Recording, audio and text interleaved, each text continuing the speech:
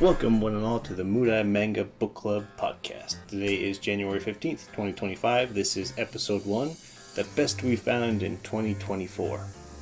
I will be your host and guide to the ancient time of 2024. This is Louie, joined with my co-host. I definitely did not need to drink for 6 or 7 hours to make it through all the emotions deciding my favorites this year. Tom. Hey, that's me! So our two big things we're going to talk about this week is, first, we're going to go through the things we've been reading, things we've seen, things we've listened to in the past week or so. And then the big topic this week is going to be our top picks for 2024, the series we have read so far. And we'll go into that later. So first up, though, Tom, what have you been reading, listening to, looking at in the last week or so?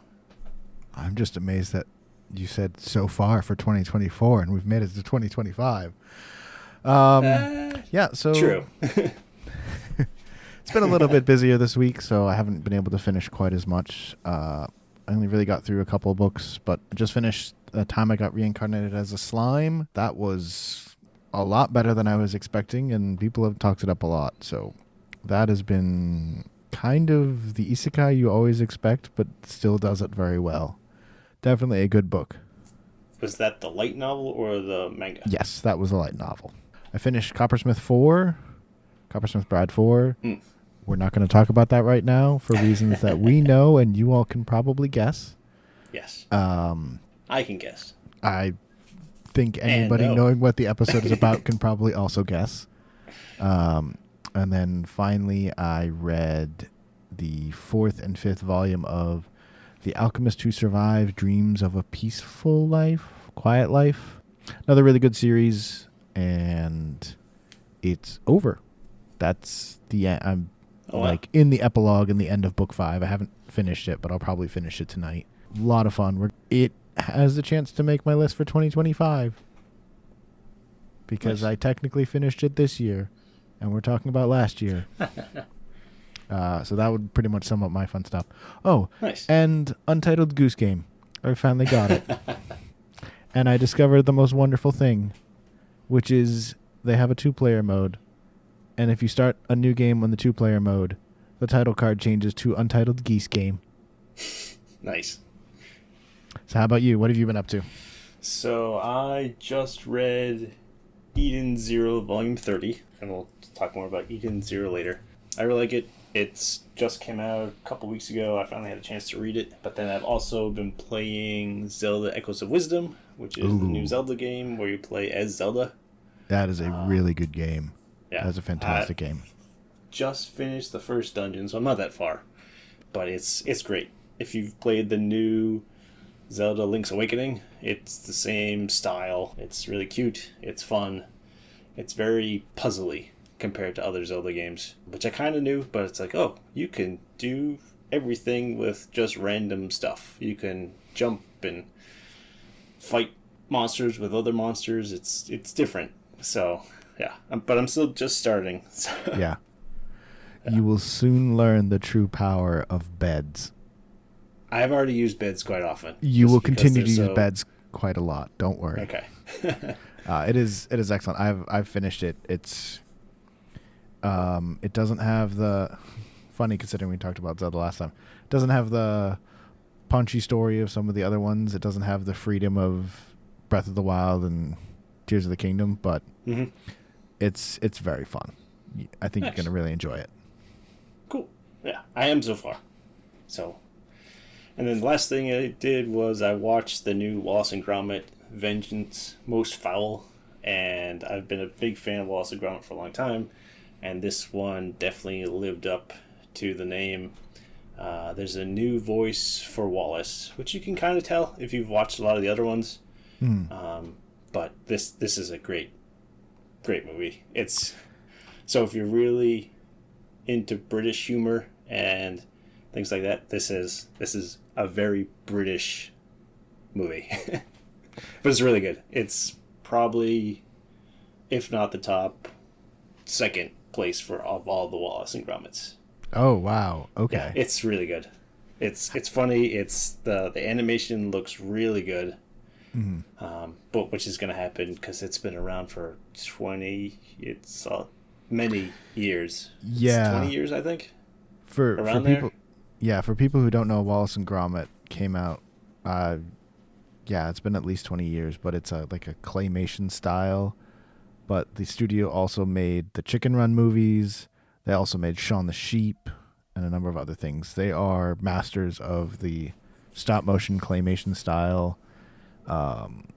Is it a feature length movie? Is it like the old style where it's like a 30-minute? Nope. I think it's an hour and 20 minutes. So Oh, it's okay. not a full length, like 2 hour movie that you get nowadays. It's shorter. I think it's a little shorter than the Were Rabbit. Okay. But it's about that. It's around the same length. It's a full movie. Yeah. Yeah. But Okay. it's really good. It starts off and there's throwbacks to the other ones and it's really good. I highly recommend it. Okay. Yeah, I'll Yeah. add that to my list because Wallace and Gromit has been a lot of fun. Yeah. I think it's on Netflix. It's definitely on Netflix because that's where I watched it, but I'm not sure if it's anywhere else yet. So, I don't know if you know this, but last year was 2024 and it's over. And so, like all good people making content for the internet, we have to have a list of what we thought was the best from the last year. So, we wanted to take some time and talk about our favorite series from last year. But I'm lazy and usually don't read things that are new. And Louie has taste.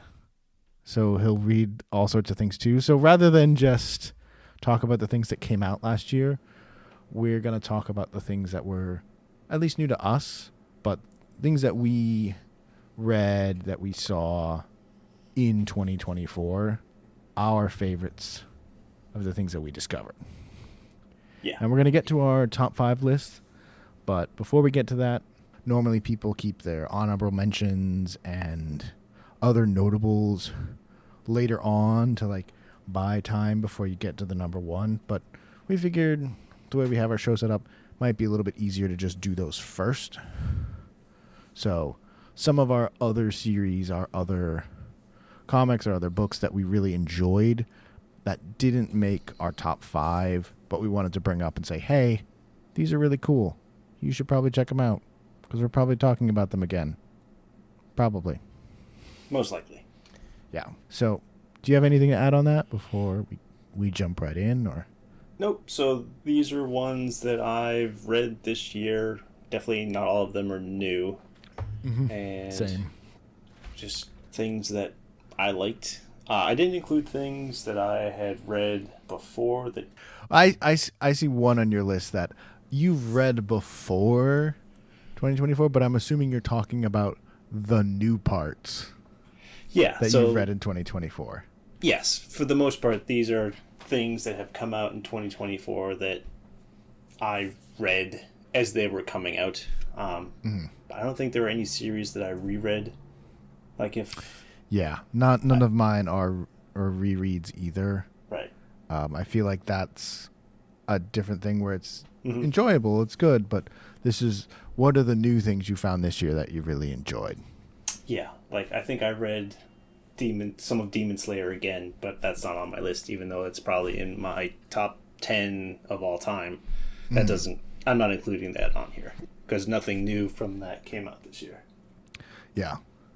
I didn't end up rereading much this year because I discovered Bookwalker and spent too much money. So I've been reading a lot of new things. Oh no, I did reread In Another World with my cell phone, with my smartphone, so that I could get caught up before I read the newest 6 or 8 books I hadn't gotten. But nope, that didn't even make my list. So meh. But it's really good. It's also worth checking out. So to start off, I'm going to start off. So some of my favorites that didn't quite make my list, but are definitely worth talking about. We'll start off in alphabetical order for no reason, but An Archdemon's Dilemma, How to Love Your Elf Bride. I mean, I read 18 volumes of this year, all 18 light novels that have come out in English so far this year. When you read something that long and enjoy it pretty much from front to back, it's kind of hard to not be a major thing you've read this year, but The title alone gives you a pretty good sense of where the comedy in this series is coming from. You don't say. Where you have an archdemon who falls in love with an elf he buys as a slave and tries to woo her, but is so awkward and shy that he can't, but also has to be fighting against increasingly ridiculous magical beings around in the world. It's very complicated, very convoluted world with a lot of detail, and while the humor never goes away, the characters, the magic system, the power scaling, everything is so wonderfully done that you don't realize is there in the first volume, but each one just keeps adding and adding to it. An enemy from book 1 shows up again in book 14, where they finally have their first fight, and it's one of the most epic battles in the series. That's full of epic battles. And then he has a very goofy conversation where he tries to get his elf wife to hold his hand. That's the entire series. It is a joy to read. And you said it's done, or there's no? More coming? It is still ongoing. Okay. I've caught up to what's released in English, which is 18 novels. Okay. If I was gonna make a guess, there probably won't be 30. It'll probably end before then, but anything other than that, I have no idea. Okay, but it's still ongoing. It's still ongoing, and it's a lot of fun.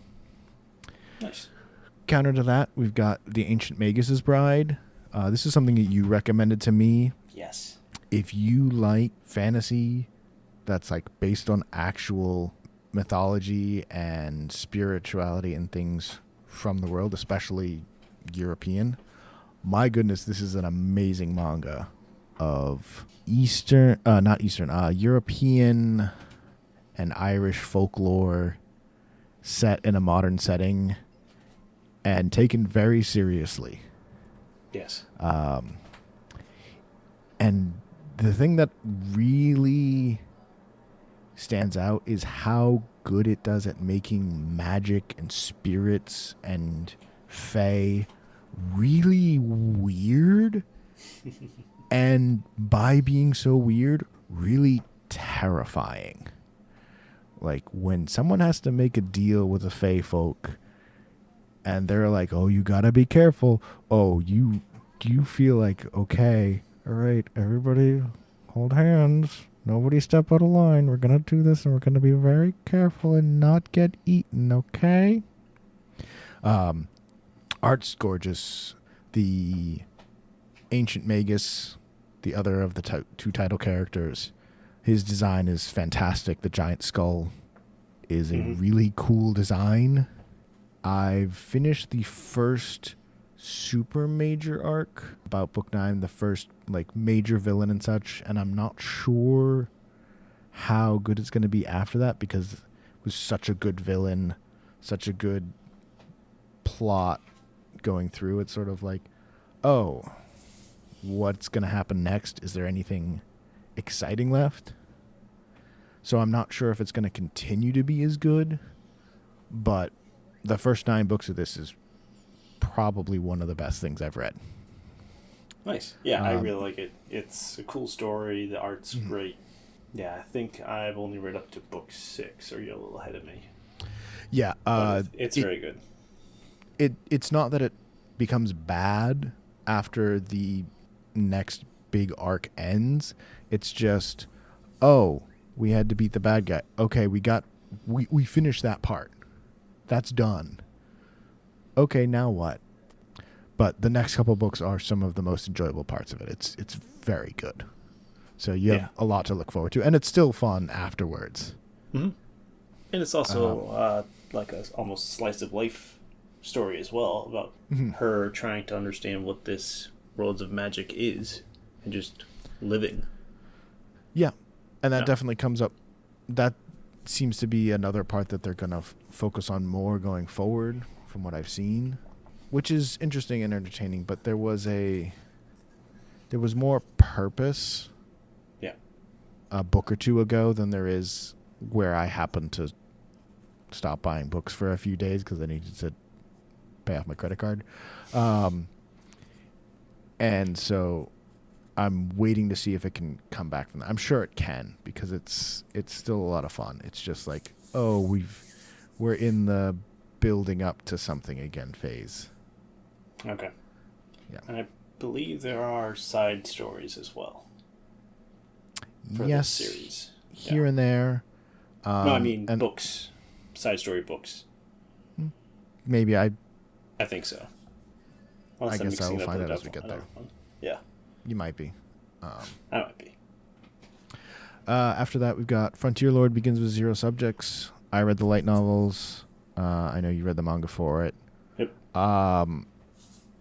My entire notes for this was, I don't know how to talk about this without launching into a long explanation, but like I've kind of said about the other two so far, this would probably have made my top 5 if it wasn't for everything else that was so good this year. This is just a hilarious story of a guy becoming the lord of a domain, and he gets dumped there with nothing but the clothes on his back, his axe, in the middle of a grassland. And the story just goes from there. It is very funny, very endearing, not too serious, but able to just have fun and be entertaining. It's a really great story. Yeah. And then my last two of my honorable mentions, we have The Coppersmith's Bride. It's about a gal and a coppersmith. I realized that 3 of my 5 honorable mentions have bride in the title. I just noticed that. This one is the actual romance, but it's a story of being together rather than getting together. This college-age Japanese couple, they are already together. They're already, if not engaged in the first chapter, close enough that you would kind of see it coming in the next few years. It's close to that. Yeah. I think they are engaged. If they aren't actually engaged, they're like, the first chapter is them getting engaged. Yep. But the story's not about them getting engaged. It's the story of them being together and learning about each other and getting closer, even though they've been together for a while. Yes. Yep. Very cute. A lot of detail about Japanese coppersmithing. So if you've ever really wanted to learn about that, we got you covered. Mm-hmm. Just a great series. And last of my honorables, which I thought was going to destroy my top 5. And so I got all of it. And then I read the whole thing. And it's really good, but it doesn't hold the high that the first book really has. Mashle of Magic and Muscles. Another one you recommended. Yep. And you summed it up best of, imagine Harry Potter, but Harry's a bodybuilder and can't cast magic. Mm-hmm. And that's kind of the most of this, and everything is solved in wizard duels. It is, the art's maybe not the best part of it, but it does its job well.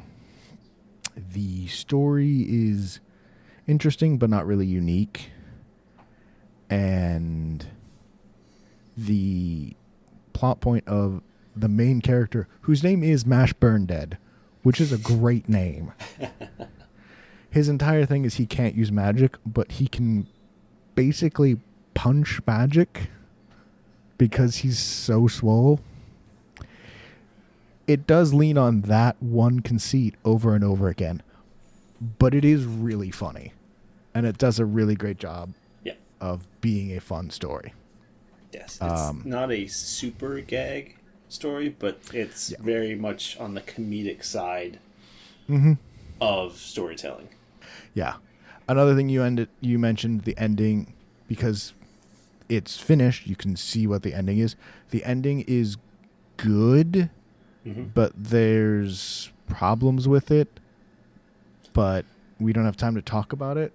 Yeah. But it's not bad, but it's not perfect. It's got issues, but it's the best it could be. I think so. I don't know of an ending that I really loved anyways, so it's like it's a good ending. Could it be better? Sure. But I've seen some that have had really good endings in the last couple of years, but this one was okay. Yeah. And when I thought about how to make it better, I realized there's probably no way to make it better considering some of the powers that some of the characters had. Yeah. But it also gets a bonus award because it has the absolute best opening song of the year for the anime, which you should go check out because I recommended it last week and you all listened to last week's episode. Yep. Yes. Yeah. I believe they are doing another season. Yes, they are. They've already announced the second season of the anime. Okay. I don't know if there's a date yet, though. I am not sure on that. I have not seen much of it other than, of course, the opening intro, and that was really good. Yeah.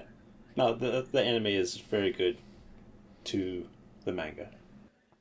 So, tell me about your honorable mentions and other notables before we get to our top 5. Yes. We still have to do all that. So, for my 2024 honorable mentions, I have a couple overlaps. So we'll just kind of touch on those. But I also read a lot of weekly ones, like per week. Mm-hmm. So I have a few of those. So, for example, one of my honorable mentions this year is One Piece. If you don't know what One Piece is, it's about pirates. And it's like the king of Shonen Jump right now. I've been reading that for a long time. And they've just finished this year the Egghead Island arc. And they started the next island arc. And there have been some crazy reveals and things like that. So it's really good. But it's also one of those, because it's been going on for so long, it's like, it's just constant. It's always One Piece. So it's like, it's nothing crazy, like new and exciting, just because it's always good. So I kind of left it as an honorable mention because I'm going to keep reading it. Yeah. It's really good, but it's just always there. So it's definitely in my top 10 of all time, but it didn't. The other things I have on my list are things that wowed me this year. One Piece itself it's always great, but it's like constantly always great. It wasn't like an extreme high for this year, which could change next year. Yeah. Yeah, I still think, though, that that's something to be amazed about because I've read some One Piece because I don't think you can not have read One Piece at least a little bit if you've been interested in manga for more than a year. You certainly have all heard about it. I was thinking about making the joke, I've never heard of this. And I'm like, no, that's not physically possible. No. But I think that's one thing that I have heard and what I keep hearing is it's been going for so long and it's still very good. Yes. Still well made, still entertaining, and that's kind of amazing when you think about it, that it's gone on that long and people are still wowed by it. So I think that matters. That matters a lot too. Yeah, because there's over 100 books. I have most of them, but then I also just read it every week. So it's like it's One Piece. Yeah, it's One Piece. It's One Piece. Yeah. So then I'm on like book 7, and it's like, yeah, no, I get it. I believe it. Oh yeah. I just haven't physically gotten it yet to read it all. Yeah, and it's like there's highs and lows throughout the story, but for the most part, every arc gets better than the last one. But so definitely check out One Piece if you haven't. It's really long, so just pick a spot and you can kind of just go from there. My next one is called Die Dark. It's made by the same person who did Dorohedoro. It's a very dark manga. It has a very unique style, but it's about spacefaring, kind of just unkillable jerks who travel the galaxy just ripping people's bones out for money. It's very weird. It's like a dark humor, but it's really neat. So I read a bunch of those this year, and that's really good. I've also been reading Chainsaw Man for a while, so that's been coming out week or every other week, I think. It's on my honorable mention for this year because it's kind of in this weird spot where, at least to me, the story's ramping up again because they did the first major arc a couple years ago and took a break, and now they're doing the second big arc. And it's good, but I'm not really sure where it's going yet. and it had some interesting chapters this year, but it didn't wow me with the story like the first season, like the first arc did. So that's why it's kind of on my honorable mention. It's good, but it's not as good as the other things I have listed. Okay. And then Coppersmith Bride, which you already talked about, which I found this year, which is really good. Definitely going to talk about that more.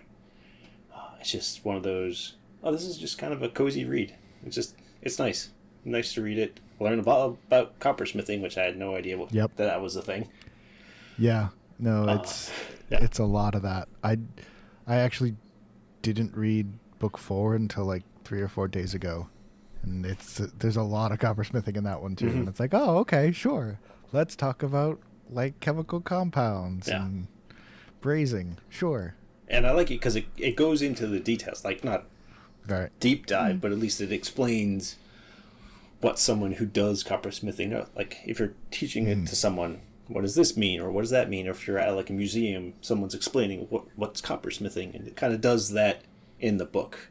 And I believe in it they say that the author did go to coppersmiths to ask them questions to explain this process and how does this work. Yep. So it's really detailed in that way, and that's what I find really interesting. So it's definitely a good book to pick up.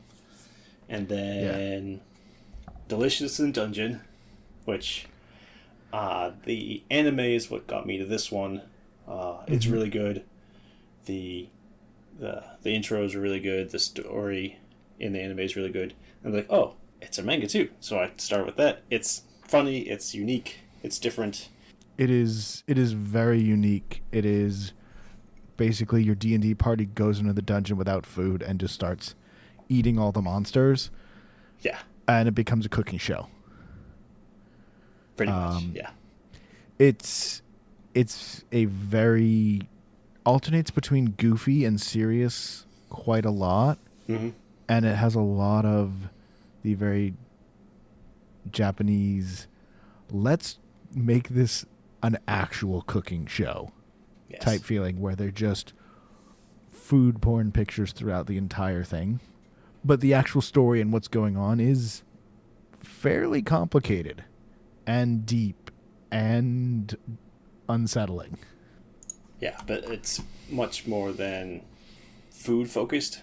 So if you're looking for a big adventure, it's kind of a mixed bag of how good the adventure is, but definitely the food is what's the driver of it. It's explaining, oh, well, let's eat this, and how do you cook this, and things like that. And a lot of the fun is just like, we've discovered living armor, giant suits of armor that come to life and try to attack us. How can we make this into food? That's actually one of the chapters, and it is very fun. Where they're just like, but I want to eat it. How do I? And while it's the characters are also exceptionally good. Mm-hmm. They are funny. They interact really well. It's definitely a very good series. Yep. And it does keep building on this world and adventure that's actually pretty interesting. No, it's didn't make my list, but it was in contention. It's definitely really fun. Yeah, it's definitely the interactions between all the different party members is also quite funny, because you have the elf who's like, I don't know if I really want to eat most of this stuff, and how she tries to say we shouldn't eat this, we shouldn't eat that, and then they're trying to convince her, no, it's fine, don't think about it. It's like, you don't eat anything with a face. Yeah. It's like, oh no, it's delicious. Yeah. Yeah. And then my last one, and you already talked about it, is Frontier Lord Begins with Zero Subjects. This is one you recommended to me, but I read the manga version, which is a little behind the light novel, but it's funny. It's really interesting. It's very much, as you said, a serious story, but also not serious story of just a guy who gets dumped into the middle of nowhere, and it's like, all right, you own this land now, go for it. It's like, okay, what do I do now? And then the interactions with all the other characters that show up, how freakishly strong he is, and Yeah, it's really good. It's definitely was very close to being in my top 5. Yeah. No, it's like I said before, we need to do a whole episode about this. Wink. Wink. Wink. Yeah. Oh no, I wonder what next week could possibly be about. Spoilers. It's not like we've decided beforehand or anything. Wink. Yeah. Wink. Yeah. But it's entertaining. It's funny. It's not super serious. If you're looking for like a big adventure, doesn't have that, but it's a nice cozy adventure. Mm-hmm. It has enough of everything to be fun. If you like something like Delicious in Dungeon, but you want it to not be so serious and not have people like possibly dying or starving to death. Yeah. Frontier Lord begins with 0 subjects. It's that, but not so serious. Yes. It's a much goofier story than Delicious in Dungeon. Yeah. And Delicious in Dungeon can be quite goofy. Can be very goofy. Yeah. Yeah. I was just gonna add on Frontier Lord, but it's not that it never can be serious, but it'll be serious for a chapter or two, and then it will go back to being relaxed and cozy again. Yes. But, yep. Yeah. It's definitely all of these I recommend reading. And I think you do for yours. These are all great stories. Oh, Just absolutely. because they didn't make top 5 doesn't mean you shouldn't read them. Yeah, 100%. If I didn't think it was worth reading, I wouldn't have even brought it up. Yeah. Like, there's plenty of series I've read this year where it's like, okay, I read it. I'm glad I read it, but I don't really think other people would. It's not something I would hand to someone and say, oh, you should read this. Every single one of these, even these honorable mentions, are, oh, if this sounds at all interesting to you, get it. It's good. It's something worth your time. Yes. And there are definitely ones that almost I put on this honorable mention list. It's like, it's so close. But I just didn't want to put all of the ones I read this year. Yeah. Yeah, same thing. There's other ones where, and that's why we made this podcast. We have a lot of things that we want to talk about. Yeah. And say, hey, you should go read this because it's really good. This is just, hey, well, basically, here's 20 series that you should go read if you haven't yet. Yeah. So, but that makes our honorable mentions. So now we get to the official numerology. We're going to talk about the top 5 things that we have read in 2024. Yay! Woo! Number 5. I will start off with my number 5. And as you will probably quickly understand from my list, my entire list is me being angry that this is not number 1. But number 5 is Cypher Academy by Nishio Ishin and Yuji Iwasaki.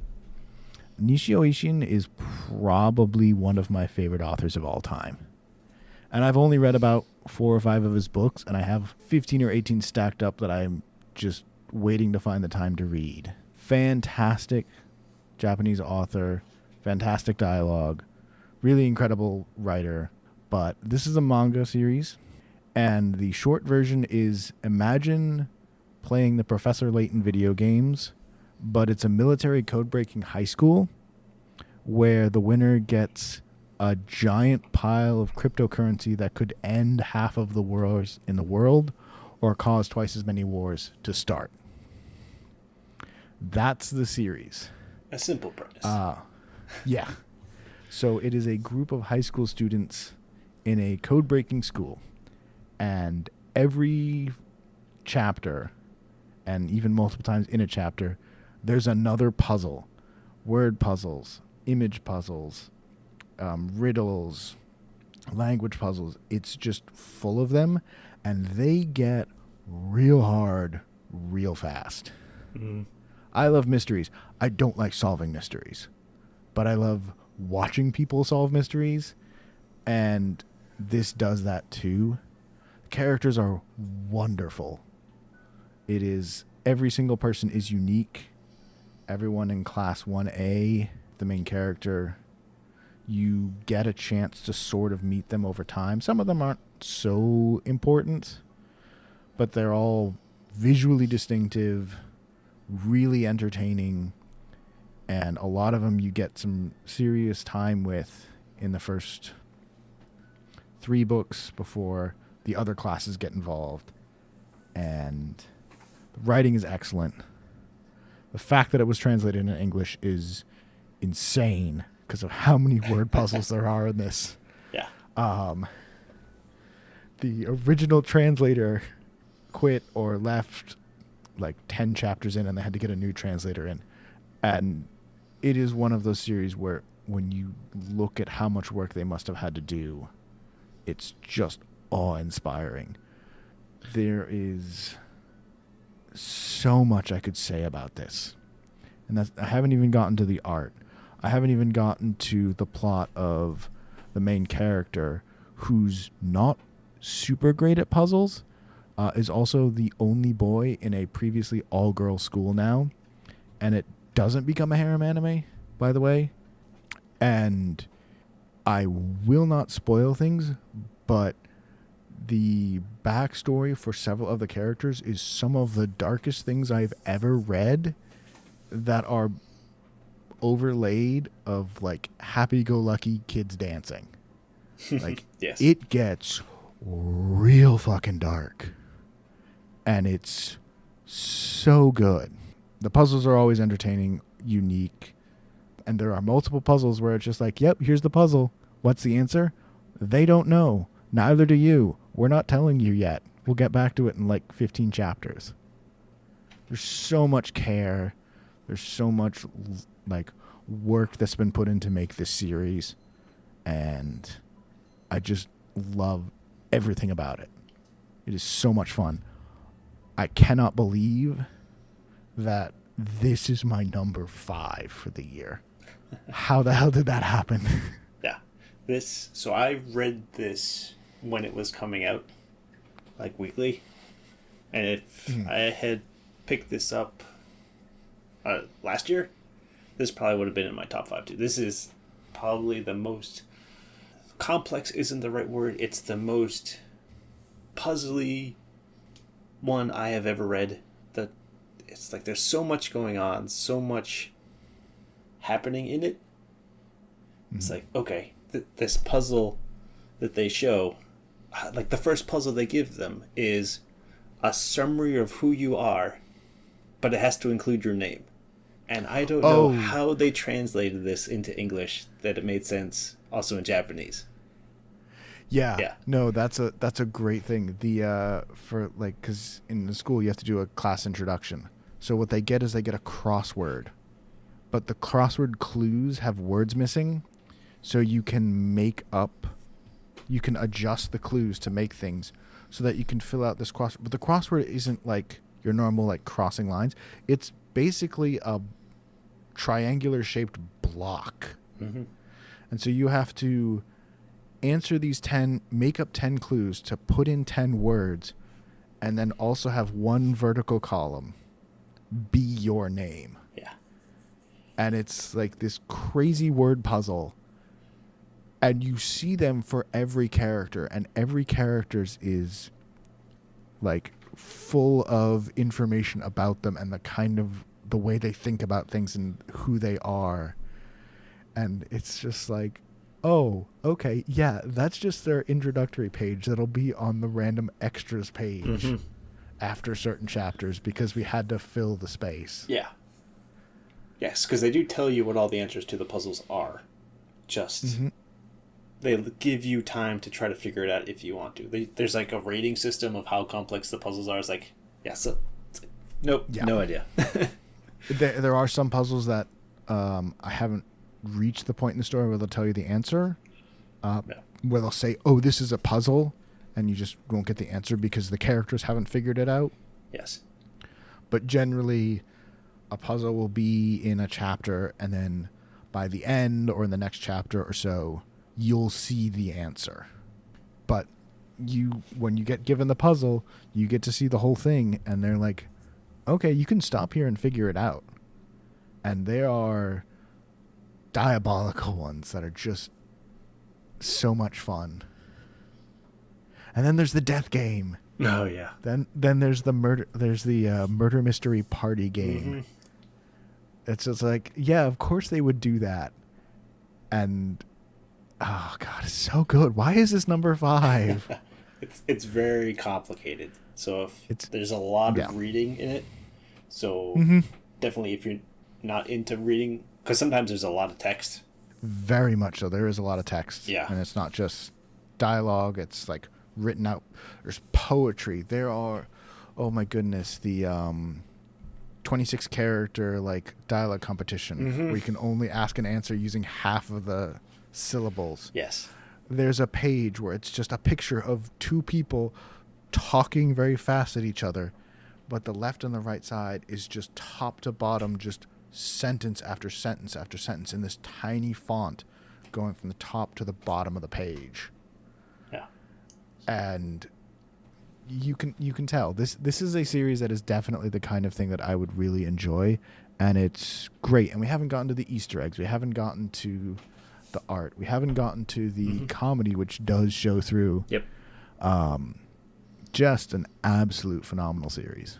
Yes. And if you like word puzzles, this is full of word puzzles, and it's really good. It is over, but I don't think it's all out in English yet in a book form. Yes, it has been. It's finished in Japan. It only ran for about 2 years, but like it reached its end and it stopped. It wasn't canceled or anything like that. I think February of this year, actually. The books are now fully out in Japan as like collected works. I don't know if the individual chapters have all been translated. I think so, yes. But they haven't been released in English in fully translated book form as of yet. They're only up to 4 out of 7. But absolutely phenomenal. Every book has been an experience and has been incredible fun. And again, if you like Nishio Ishin from Bakemonogatari or the Decapitation Kubikiri, he's got that same dialogue energy he has in every other story he's written, but now it's a comic about code breaking. It's fantastic. Yeah. It's really good. I highly recommend it. It's one of those, I don't think I've read another one like it, but I didn't read it in 2024.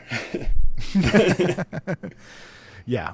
It last thing I'm going to say on that, because of the way you said that, like, it reminds me of the Agatha Christie novel, And Then There Were None.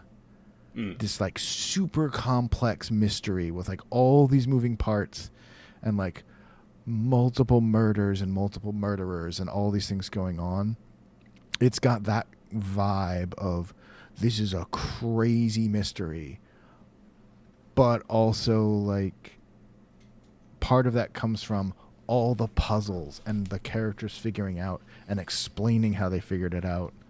And all the information's there. If you want to solve it or you want to try and solve it, you can. Nothing is hidden from the reader that the characters in the story had access to solve these puzzles. They are actual puzzles. Yep. Yeah. Yeah. So definitely should have been number 1, but it's number 5. Oh. Okay, so my number 5, which I don't think you've read. No, I have not. And it is, I hinted at this earlier, it is Eden Zero by Hiro Mashima. It is from the creator of Fairy Tail. Short summary is, this is Fairy Tail in space. So, if you liked Fairy Tail, you'll probably like this one. It's a little different, just besides the setting. And I believe he explained this in one of the earlier volumes, is that when he did Fairy Tail, he very much did the story as, I'm just going to write and we'll see what happens. In this one, he has an outline for the story already. And he's doing a mix of, I'm going to see what happens, but also I'm going to make sure I hit these plot points as I go to kind of rein it in a little, because Fairy Tail was huge. I think it's like 70 volumes. That sounds about right, yeah. Yeah, this is now up to 30. 30th one, at least, just came out in English. I think there's a few more in Japan. It's not quite done yet. I really like this one because it's one of the few that are set in space, which is cool, which is most of them aren't, at least of the ones I've read. So I really liked it, one, because of that, but the reason it's on my top 5 this year is because it's entered in to its final arc, and it's very much, we are going to solve all the mysteries, and it's getting close to the end, so it's one of those, I want to see what happens. I always buy the new books as soon as they come out, so it's like, I want to know what happens next, because I only read the compiled volumes, so it's not one that I read weekly, and it's like, okay, some stuff, I don't want to spoil it because it's pretty far into the story, but it's very much, we're going from different cosmos to kind of understand, there's a thing that they want to get to at the end called Mother, which grants you wishes, kind of is the creator of the universe, and they go to different cosmos to kind of follow a trail, and they're finally at the cosmos where Mother supposedly is. So think of One Piece, they're almost at One Piece, but they're almost at Mother, and it's supposed to kind of explain what's going on, and it's almost there, and then some stuff happened, and it's like, okay, we're going to explain some other stuff at the same time. It's like, okay, it's really cool. It's the art, if you liked Fairy Tail, is very much the same. So you have a lot of character designs that look the same. Like, because Shiki, who's the main character, looks very much like the main character from Fairy Tail. And it's really cool. And there's throwbacks to Fairy Tail and his other works. The fight scenes are crazy. Everyone has powers. His power is gravity, the main character, Shiki. And then Rebecca, who's like the second main character, has the power to go back in time, which they use to kind of solve problems. It's very light at some points and gets very dark at some points. So it's not one of those, we're just going to go on adventures the whole time. There's some very serious things that happen. And all the characters are funny. It's really good. Yeah, so because the new ones are coming out still, it's very much, I'm reading it as it goes, and yeah, I really like it. Yeah, I unfortunately have not read this or any of Fairy Tail, although I do have it. It's one of the ones that I'm like about to grab and go into. So I don't have as much as I can say on this one, but how do you think that, because one of the things that you brought up that he planned for it was like, oh, I have this outline, I have this plot. Like, did that work? Did like the plot actually work out as this interesting, unique thing that's come together?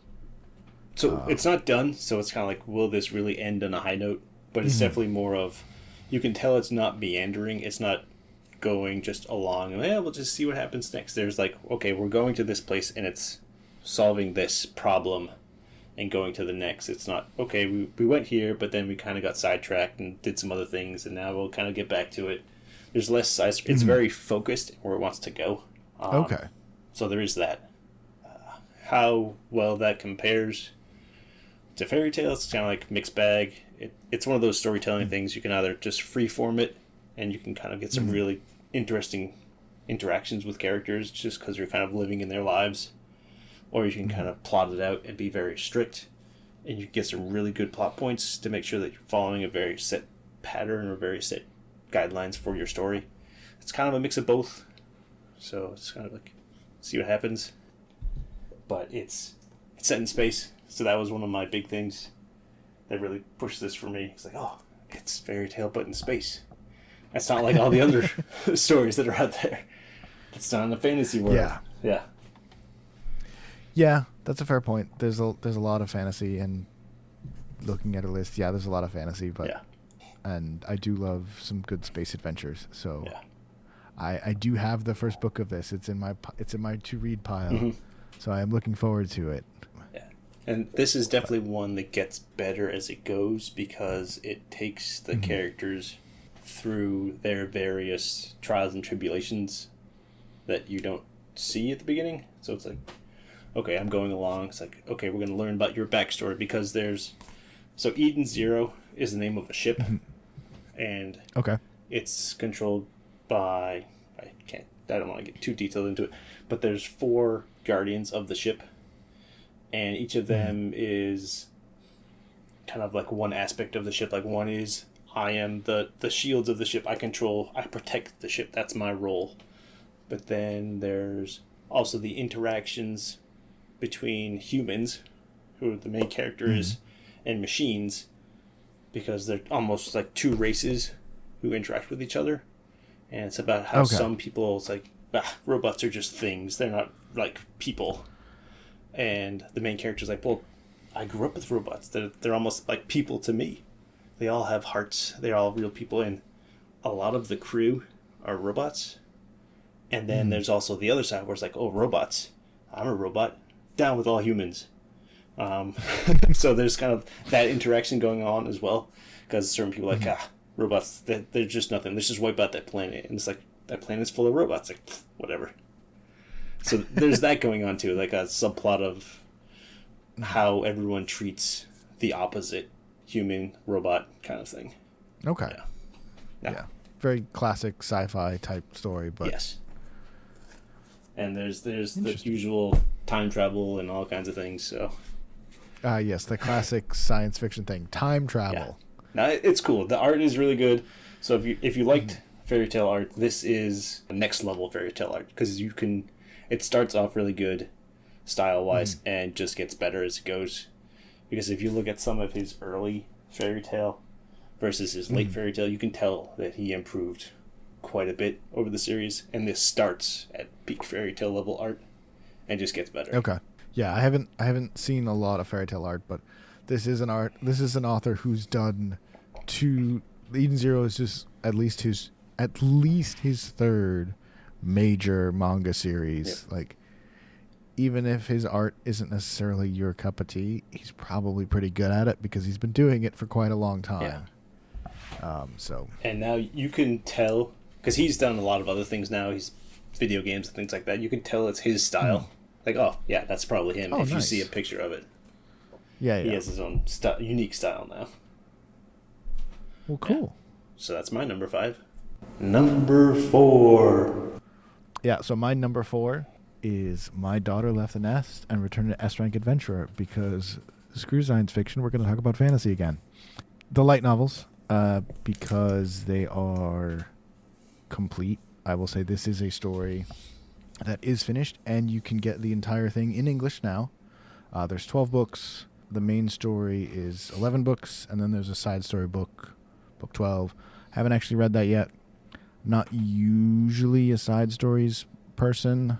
If there's one like in the middle or like a filler chapter, I'll sort of read it as I'm going along, but I don't usually get super excited about, oh, hey, the story's finished, but here's some side stories afterwards. It's like, okay.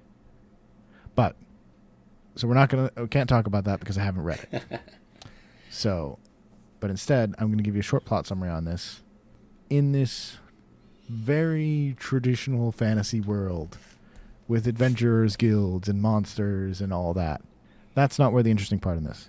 But it's the story of a man named Bell, who, when he was 14, 15 and was an adventurer, his leg gets bitten off. And so he has to go home in shame to his old podunk village up in the north in the middle of nowhere because he doesn't have a leg. He can't go into dungeons and go through forests. So he leaves his party, goes home to his village. He ends up being a poor farmer, but over the course of about 20 years, he ends up being a pretty well-liked person in the community. About 8 years into that, as he's working as a farmer, and he's working as a mountaineer, and a little bit of a town protector because he does have some swordsmanship training, and he knows the area very well. He finds a baby girl left in the woods, in the middle of nowhere, nobody around, so he takes her home.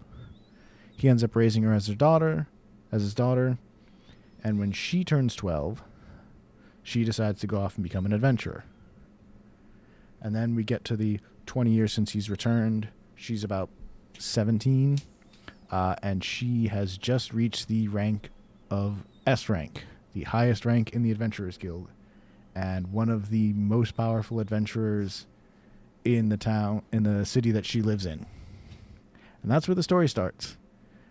And it's this very enjoyable, somewhat calm story of a dad whose daughter is a super powerful adventurer who was able to do the things that he wasn't able to, and her trying to be an adventurer, but also being like, I want to go home and hang out with my dad. I want to go and not have to work all the time. And then slowly her being so powerful and him being, missing a leg, now on a peg leg, but still taking care of himself, taking care of this town that he lives in. He's not an adventurer anymore, but slowly you start to hear about his history and the things that he had done. And then through events that sort of just start happening in the area, even though he's technically an E-rank adventurer, the bottom of the barrel, never did anything, he's put in a position where he gets involved in things that are going on, and the value that he has as someone who's older and has been through things for a long time comes through. He was also in his party. He was not the frontliner. He was not the ranger. He was not the mage. He was not any of that. He was the guy who organized their backpacks. He was the guy who scouted for traps, but didn't actually scout for traps. It was, okay, I'm going to pay attention to everything else. He did the cooking. He made sure everybody's equipment was repaired. He organized them on things. He figured out where they could get the best deals on everything. He was the party organizer, and his party loved him for that until his leg got bit off again, as we said. He couldn't really go anywhere because, as helpful as he was, if he couldn't move and keep up with them, couldn't really be part of it. There's a whole plot that comes from this, and while a lot of the story is this lighthearted fare, there's also a bunch of very good battle scenes. It's not just oh, we're adventurers and haha fun stuff. No, it's oh yeah, the daughter, yeah, she's gonna go into that dungeon and fight a demon, which doesn't exist in this world. It's this crazy black mass creature that can't be killed. Okay, let's try to figure out how to kill this thing. The side characters come in and are all very entertaining, and watching Bell face against his past, watching his daughter, Angeline. I'll give a little bit of spoilers for the next couple of books, but it's not really spoilers so much as just what happens is, as Angeline is now that she's become so successful, but her dad lives in the middle of nowhere, and she keeps trying to bring him to the city. And also, while Bell lost his leg and he's an E rank, he never stopped training, he never stopped working, and even though he's just been teaching himself, he's learned how to fight with a sword with a peg leg. He wakes up every morning and he puts the work in to become something really good. So his daughter actually hasn't ever beaten him. And this drives Bell insane because he's no, you're just being a doofus and not actually trying to hit me. Okay. And there are some hilarious moments where other people try to fight him, some of which are complete accidents, and he just wallops them in the face and takes them down in one hit. He goes to fight somebody and he steps forward and his peg leg, it rained the night before, which he had forgotten about, so his peg leg sinks into the dirt and he accidentally falls, but he has his sword already out, so it swings down and smacks somebody right in the face and knocks them out. There's a few things like that, but there's also a lot of he's because it's a peg leg, like he can do a bunch of like he can't chase you, but if you try to come at him, he can spin around and face someone wherever they come at him very quickly. He can't attack well, but he's very good at defense. And I see.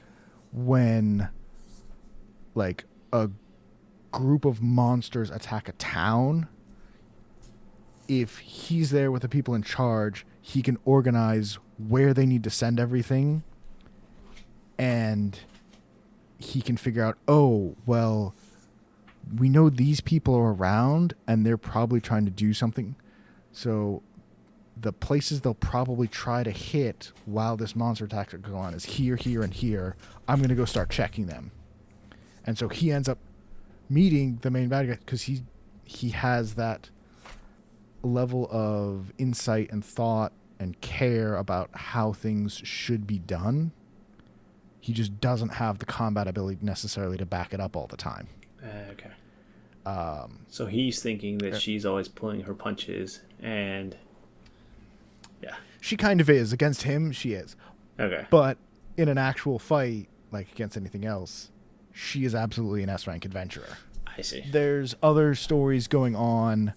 The first book is a lot about her being overworked because a dungeon is spewing out monsters, and the guild in her town can't get people to come and help.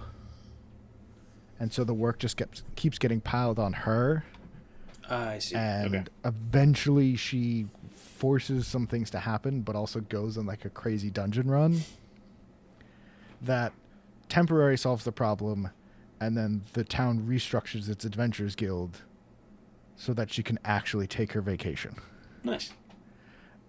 And these two characters, like, there's a number of other characters, and I guess I'll say the because as you talked about it, where like they were searching for mother. And this one, what the plot of the whole story ends up being is, as it goes along, Angeline decides that she wants her father to be respected the way that she is, even though he's E-rank, because he's really good.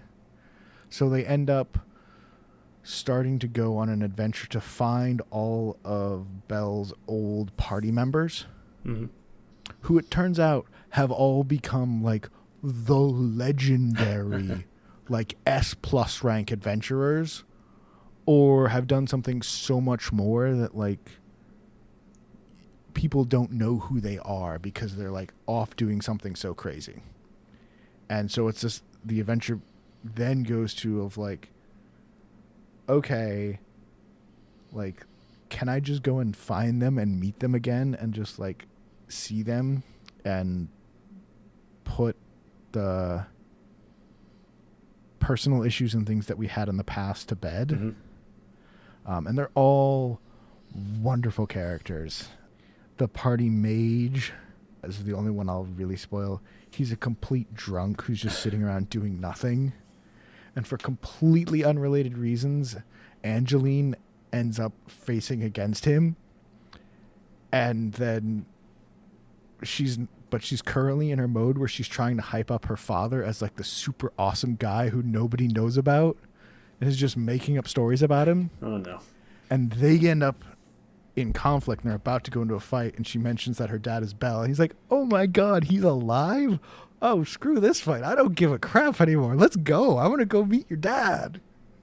And then that's the next catalyst for like, okay, we're going to see the next characters and who else is in the party and where else have they been. So it's this long character study of like these people, and every new person is great. So cool. I've spoken a lot about the plot. The reason this is on here, and the reason it should have been number one, the ending of this is so good. This is like, book 1 is great. Book 2 is better. Book 3 is better. Book 4 is better. All the way up to book 11. First half of book 11, kind of not super good. And then the second half of it is just amazing. It is a really well-told story that comes to an end, and a very good ending. Nice. That's nuanced, that brings everybody involved in, everybody gets their chance to be part of it, or comments on it, or talks about it, or is a step on the way to this path. All these other big things that were going on in the world come into play, and all these little threads that have shown out throughout the story all come back together, and it's one of the best endings I've ever read. It's just a fantastic end to this starting cozy series that ends up becoming a family drama, that ends up becoming like a personal drama, that ultimately ends with like crazy fantasy escapades against the ultimate evil. Not exactly, but that type of a thing. Mm-hmm. And it actually works. Yeah, I haven't read it, so yeah, it sounds really good. I'll definitely check it out. And you said this was the light novel? Yes, there is a manga going on that they are working on. Mm-hmm. They're definitely not finished. They're only up to volume 7. Okay, that's still pretty far. Yeah, but that's probably only like book 3 or 4 of the light novels. Oh, you meant volume 7 mangas. Yeah, the manga's up to 7 books. I am looking. It's probably around 2 books-ish, at least per light novel. Yeah, I just checked what happens in it, and it's like, okay. Yeah, so that might be up to book 5. Okay, that's not too bad. Yeah, it's probably that's probably like the first 4 books of the light novel, and they describe it as this like cozy thing, and it is cozy. It is like a lot of it is like, oh, it's not so serious, and while it has very dark part, like you had mentioned, like it has its dark parts. This has its dark moments, but it's not super dark, except in a few sections, and a lot of it is. It's definitely a story. I think if I was like 17 reading this, I probably wouldn't like it as much. But it's like, oh, like I've been through college, like I've grown up since then. Like it's like, oh yeah, I remember when I was a really stupid kid and I did that stupid crap, and like I wish I could like undo that. Like there's a lot of things of this where it's like the older generation is all looking back at the stupid things they've done and being like, okay, yeah, okay, we probably shouldn't have done that. But it's not just, yeah, we were dumb kids. It's like, here's like, this is what happened. This is why each person did this. This is the effects that had. And a lot of it is, okay, I'm 35 now and I don't know how to handle this emotionally. Okay, let's go see this person and try to talk to them. Yeah. Let's go talk to the party mage who I abandoned because my leg got bitten off and I haven't heard from in 20 years because he thought I was dead. That interaction, it's never just, oh yeah, we're friends again. Like, the characters are putting in the work. They're trying to deal with their feelings, and it's made in a way that's an entertaining story while also like showing how people face their past and get over it, and it keeps that emotional tension going without breaking it. And then even once they've gotten past that, you get to enjoy like the characters are now like, okay, yeah, now they're back together, but it's like, yeah, so it's been 20 years, like, how are you? It's like, oh, good, I've gotten pretty good at this peg leg. Oh, nice, I've gotten good enough to blow the top off of that mountain. Watch. Boom.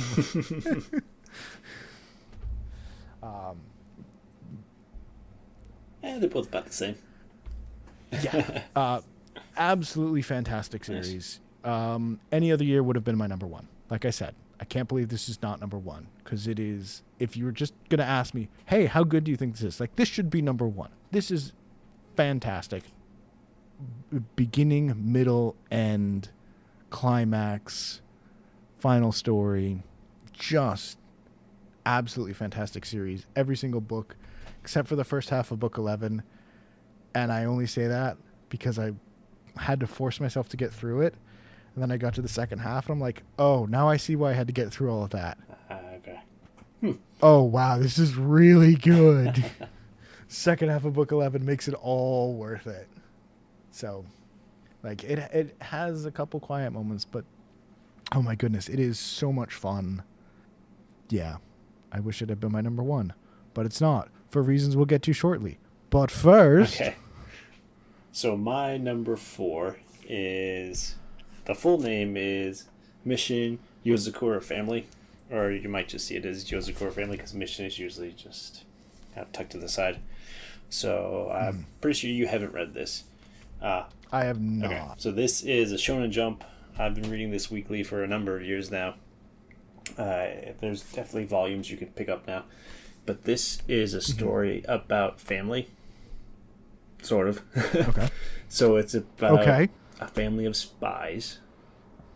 So there's Tayo, who's the main character, or the main boy. And then there's Mitsumi, who is the head of the Yozakura family. And it starts off with them getting engaged, and then they eventually do get married. But it's about him, because he is not a spy when the story starts, but this Yozakura family are the top spies on the planet. So the setting is present-day Japan, but it's very much us. They do spy missions all over the world. It's very... I'm trying to think of what it would be like. Think of kind of like Hunter x Hunter, where there's like a separate subgroup of people who can use abilities, and then there's the general population.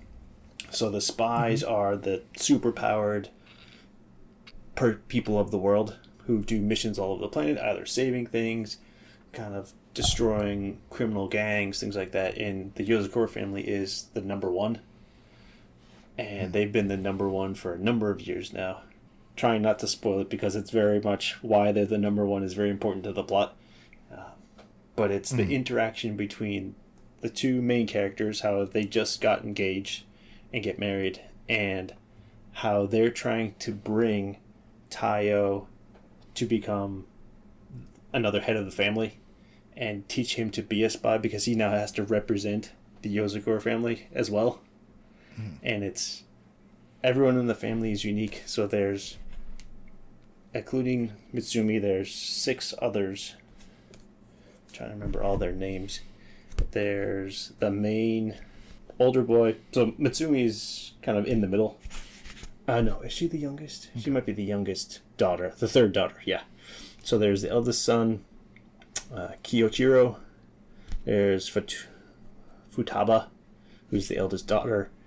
There's Shinzo, Shion, Kengo, and Nano, who are all the older siblings, and Mitsumi is the head of the family. But they're all very unique. They're all over-the-top spies. And it's the interactions between all the different siblings, and they all have their own little side projects they do, and kind of like they're all different spies for different kinds of things. Like one of them is a super hacker. One of them is like a gold standard of spies. One is a like biological spy, but they're all powered in different ways. So it's just really good. But the reason it's on my list for number 4 this year is because they are entering... It's like almost the end of the story, I think. Like they finished the last major arc either right around the end of the year or a little before.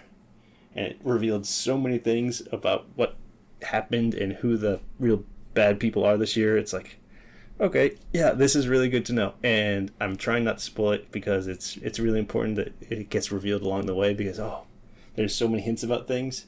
And it's like, oh, yeah, this is all why this happened. It explains the whole family.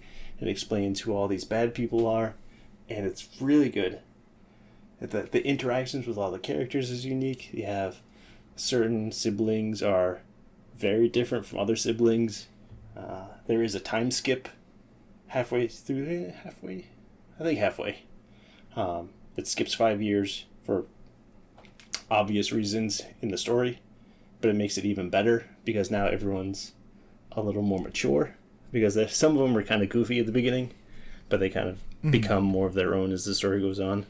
And then this year is just like, it brought it up to 11 story-wise. Like, okay, we now have answers to all these questions that were outstanding, and we finally figured out how do we defeat the big bad at the end and make all of this work, and who has to be sacrificed, and all of the side characters who are also very unique. Like, how do they play, and like, were they good? Because everyone's a spy for the most part. Who were triple agents, who were double agents, who were working on things behind the scenes that no one knew about, and things like that, where I don't know what side you're on and the reason you're on what side. But that also gets revealed. It's like, okay, I did this for a very specific reason for me. And, you knew I was doing that, but did you know I was also doing this? And it's like, oh, what? Yeah, no, it's really good. There's a lot of twists and turns, especially this year. But it's definitely, if you can, it's out in books now. I don't think all the books are caught up yet. But you can definitely read it weekly if you want to. There's I see 14 books are available right now in English.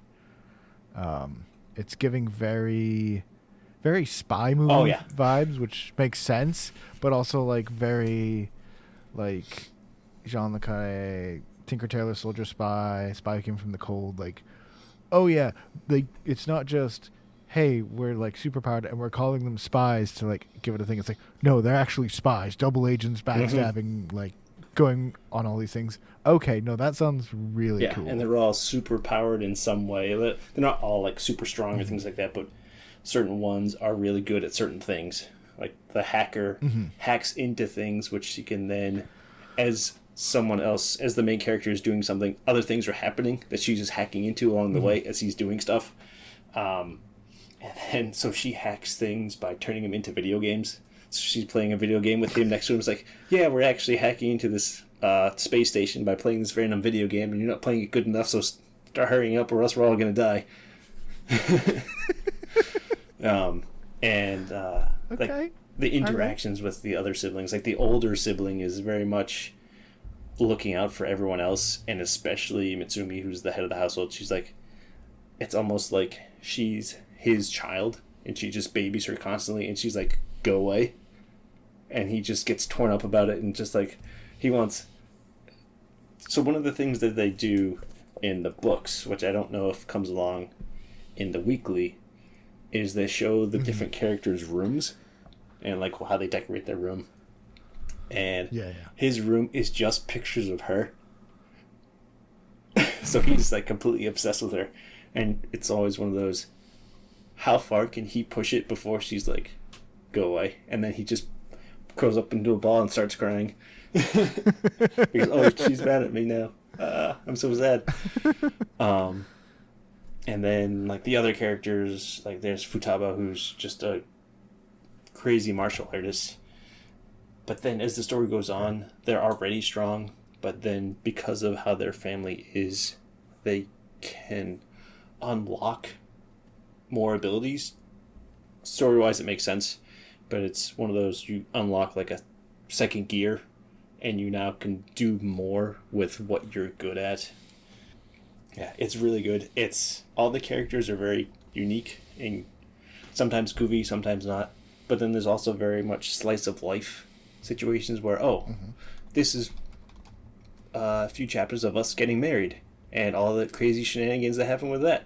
Or we're going on a picnic today, or we're going to the zoo, and it starts off kind of, okay, this is a regular thing, and some random spy stuff happens in the background. And it's like, it's one of the things, they live in the spy world, and it's over the top spy world. It's not like a Spy Family one, where it's very serious spy. This is like superhero spy, where everyone is, if you're not unique or special, you're just a grunt.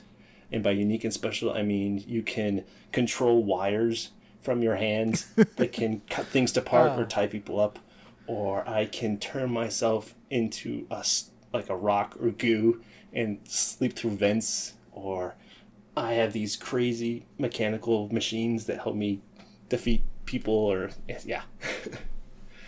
So it's spy turned up a notch. You're selling it pretty well here. It's really good. But the reason it's on my list is because it's nearing the end of its next, maybe last arc, and it's just Okay. This is like peak. It's very good for an ending if it's ending now. Yeah. Okay. Yeah. Nice. No, I really like it. I definitely should check it out. Okay. I definitely am going to. I've added it to my cart while you were talking about it. Yeah. Like, yeah, okay, sure. All right, let's put that in the box. And this is definitely another one that it gets better as it goes, just because once you know who all the characters are, they can do a lot more with them. So it definitely, as you're reading, it's like, oh, this is getting even crazier and funnier, and just. It's very rare for there to be a series where it's like it's great from the get-go. It almost always will pick up with time. Those are few and far between, and they can be really good. But like, if the beginning is all right, then it's like, okay, and it'll get better. All right, yeah, no, it sounds very good, and yes, it is in my shopping cart right now. I'm about to buy it. Yeah, it started in I think 2019, and it's been going really well ever since. Yeah. Nice. Yeah, but there are definitely some darker stories, but some lighter stories. So if you're, it's not a happy-go-lucky spy the whole time. Mm-hmm. It's very There's some interesting stories along the way. Yeah. Okay. All right. Number 3. So before you say what this is, yes. What I'm going to say is so my number 2 and number 3. I couldn't decide which one was which. So I flipped a coin, and this was my number 3 because they're both great. But this is my number 3, I and agree. It worked out really well because it's the exact same one as your number 3. I can't believe that. That's what happened. Because my number 3, like I said, should have been number 1 because it's fucking amazing, and that is Shangri-La Frontier by Ryosuke Fuji and Katarina, the manga, because they don't have a light novel published book of it. It is originally a novel. Right. It is a web novel in Japan, but I don't think they picked it up as a novel. They just picked it up directly into a manga.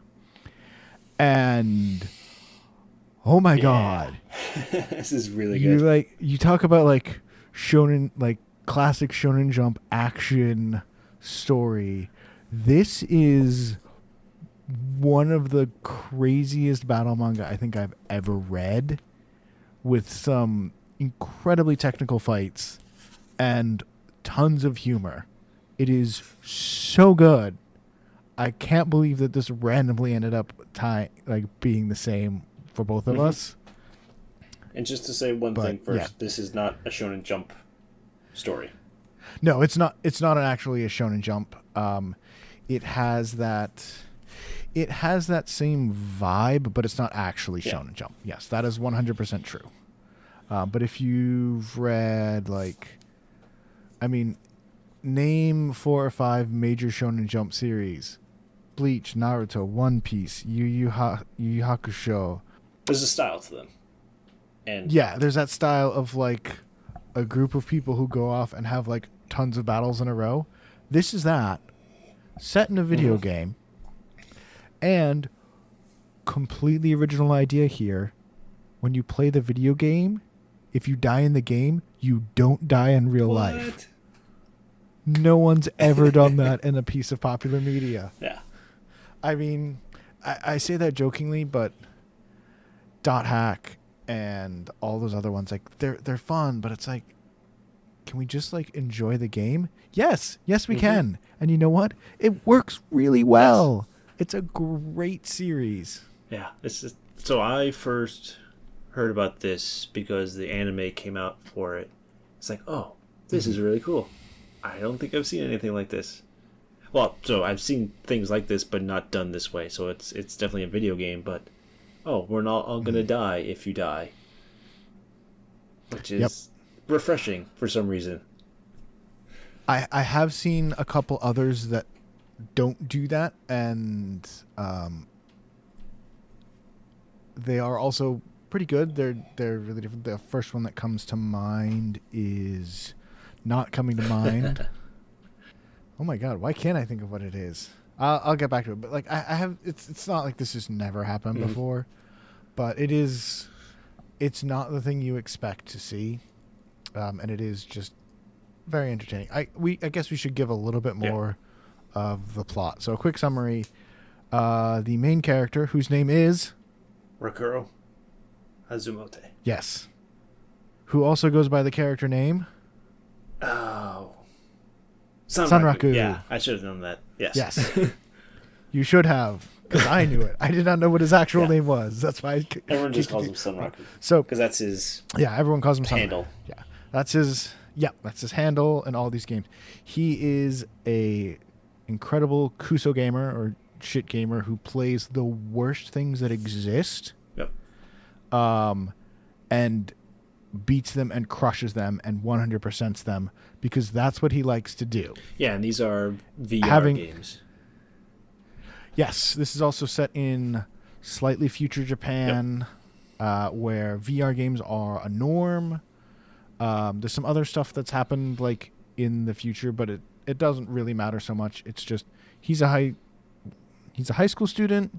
VR is accessible enough that he can have it easily. And he likes beating terrible games. He likes beating terrible games, and VR has been around long enough that some of the worst games you can imagine have existed for VR and have been out for multiple years for people to have forgotten that they existed. But having completed his most recent terrible VR game, he goes to the game store, and the clerk and a friend of his convinces him to actually try a good game called Shangri-La Frontier. What? Title drop. Bring the card up. Yeah, we did it, folks. All done. We can stop now.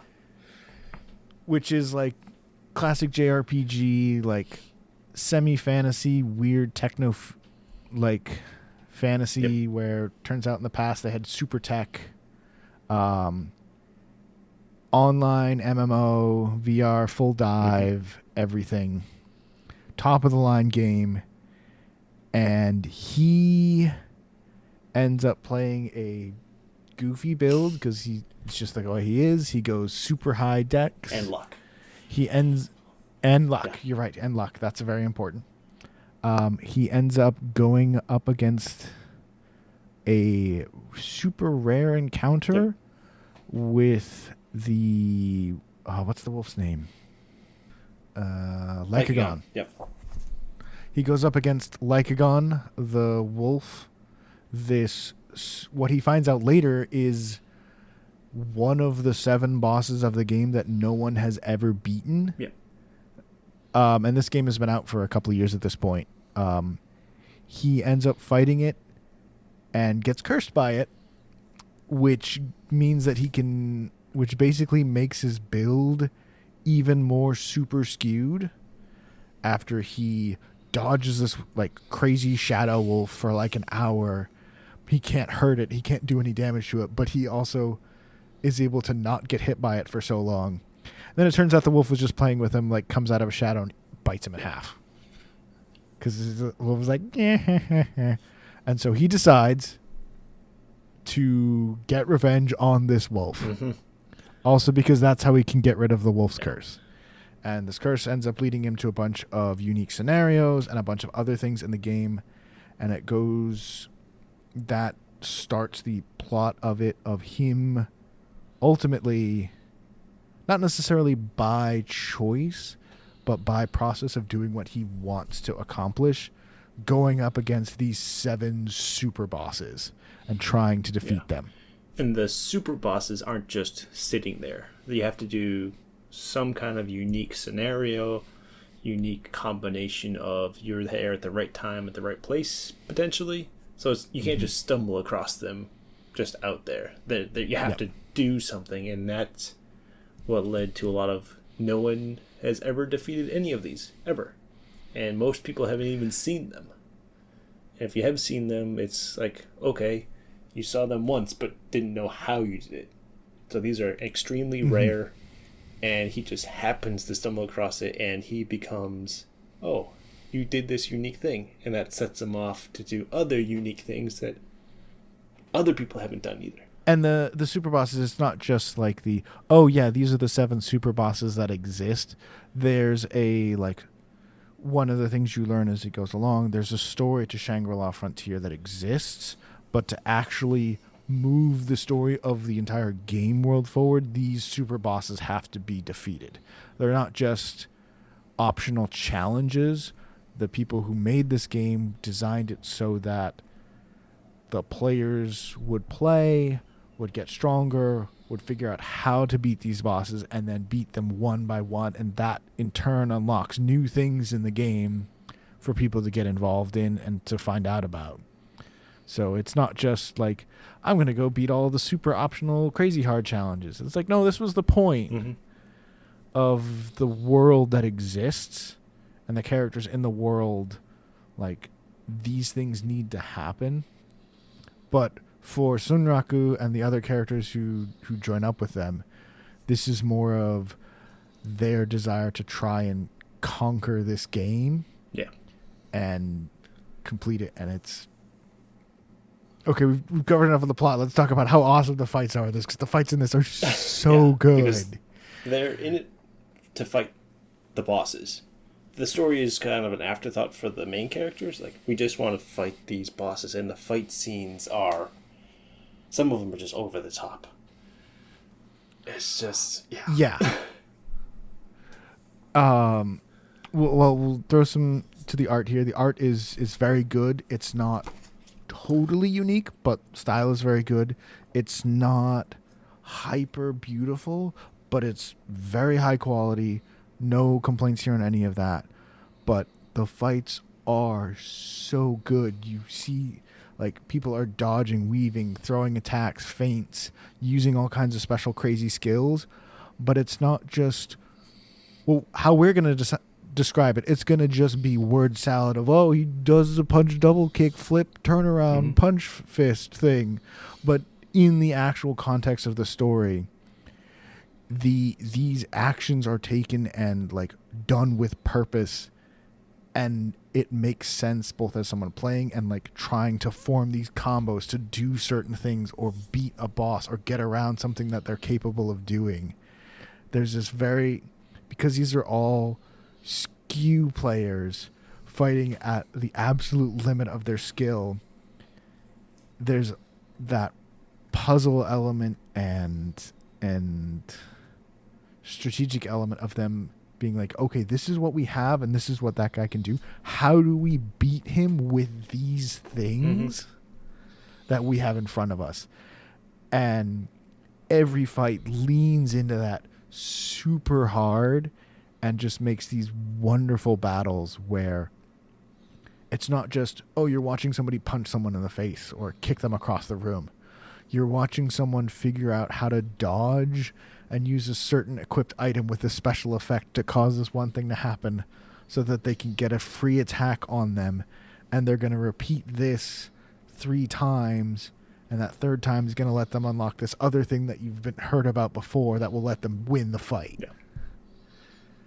And it's just so good. And one thing we haven't talked about yet is there are really 2 stories going on. There's the Shangri-La Frontier story. And then there's the, hi, I have a real life story. Because there's things that happen outside the game. They're almost just as important as what happens in the game. So he, as we said, he's a high school student, plays Shangri-La Frontier, but at certain points you got to turn it off and do other things. But when he turns it off, it's sometimes, oh, I'm going to play a different game. And you have little mini arcs of him just playing another VR game. It's like, oh, yeah, I haven't played this in a while. Oh, yeah, I can kind of use this practice to make me better at Shangri-La Frontier. And there's a fighting game. Quick note I want to jump in on. There's the video game and then there's the real life. No, I don't think I would call this other part real life, but there is outside of Shangri-La, and as you said, like, playing these other games. Yeah, continue. So there's a whole game about like a fighting beat 'em up game. There's a mech fighting game. There's a hero fighting game, and later there's a survival game, and they're all unique. Oh yeah. Yeah. Oh right, the survival game. That one's weird. that's a terrifying on a conceptual level, but really cool. But what the main character does is that he typically plays these other games to refresh skills of him, like skills of him playing better with these other games. Because there's multiple times where I'm not good enough. I need to practice, but practicing in Shangri-La probably isn't best. So I'm going to go and just brush up on my skills in something else. Because for a while now, he's just been playing terrible games. And this is like the cream of the crop game. So it's like, okay, it's so good. I got to figure out how to get better. But I don't think I can get better just doing the way I'm doing. I got to try something else. Yeah. And that, it's not only is that like a fun concept where it's like, oh yeah, we're playing this game, we can do this stuff. It's like, oh, we're going to play something else. It's very refreshing in the story where it's like, okay, we're talking about Shangri-La Frontier. We're like doing this and doing this. Like, all right, you know what? Let's take a break for a couple of weeks and just go have a giant mech battle for a couple chapters. Why? Well, by the end of it, when you finish it, yeah, something will happen that will matter in Shangri-La Frontier. But also, like, let's just have giant mech battles for a while. That sounds like a ton of fun. There is a huge tournament arc where... It's not in Shangri-La. It comes up later.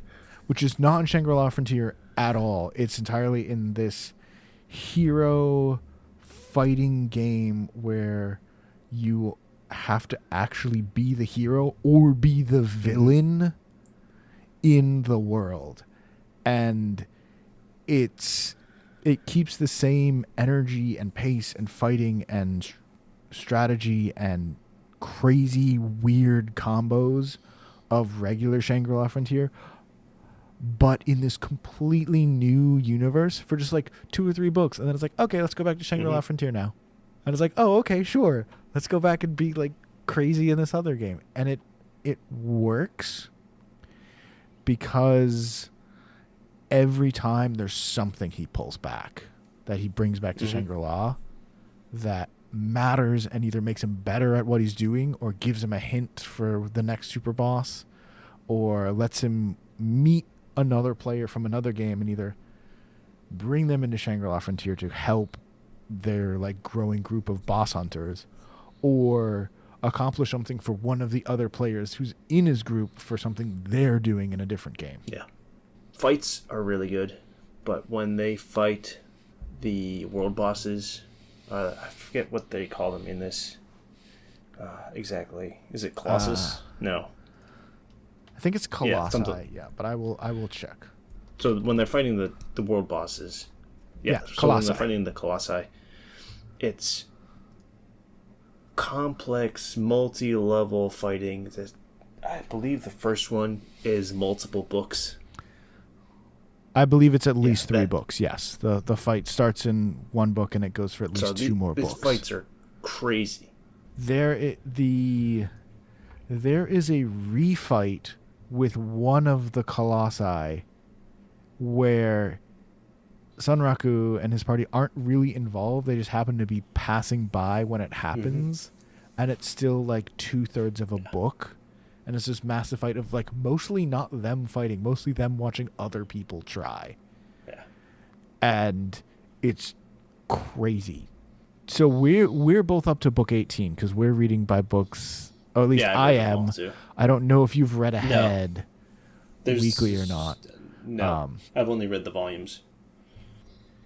We've seen 3. 2 of them. Oh no, we have seen 3. We have seen Katarnid. We've just seen him like in the distance. Yep. There's supposed to be 7. And they are crazy. Yeah.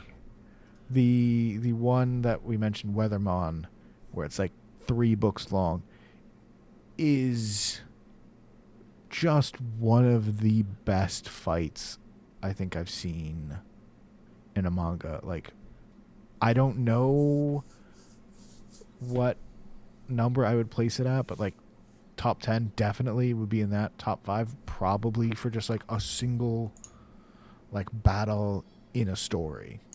It's so complicated.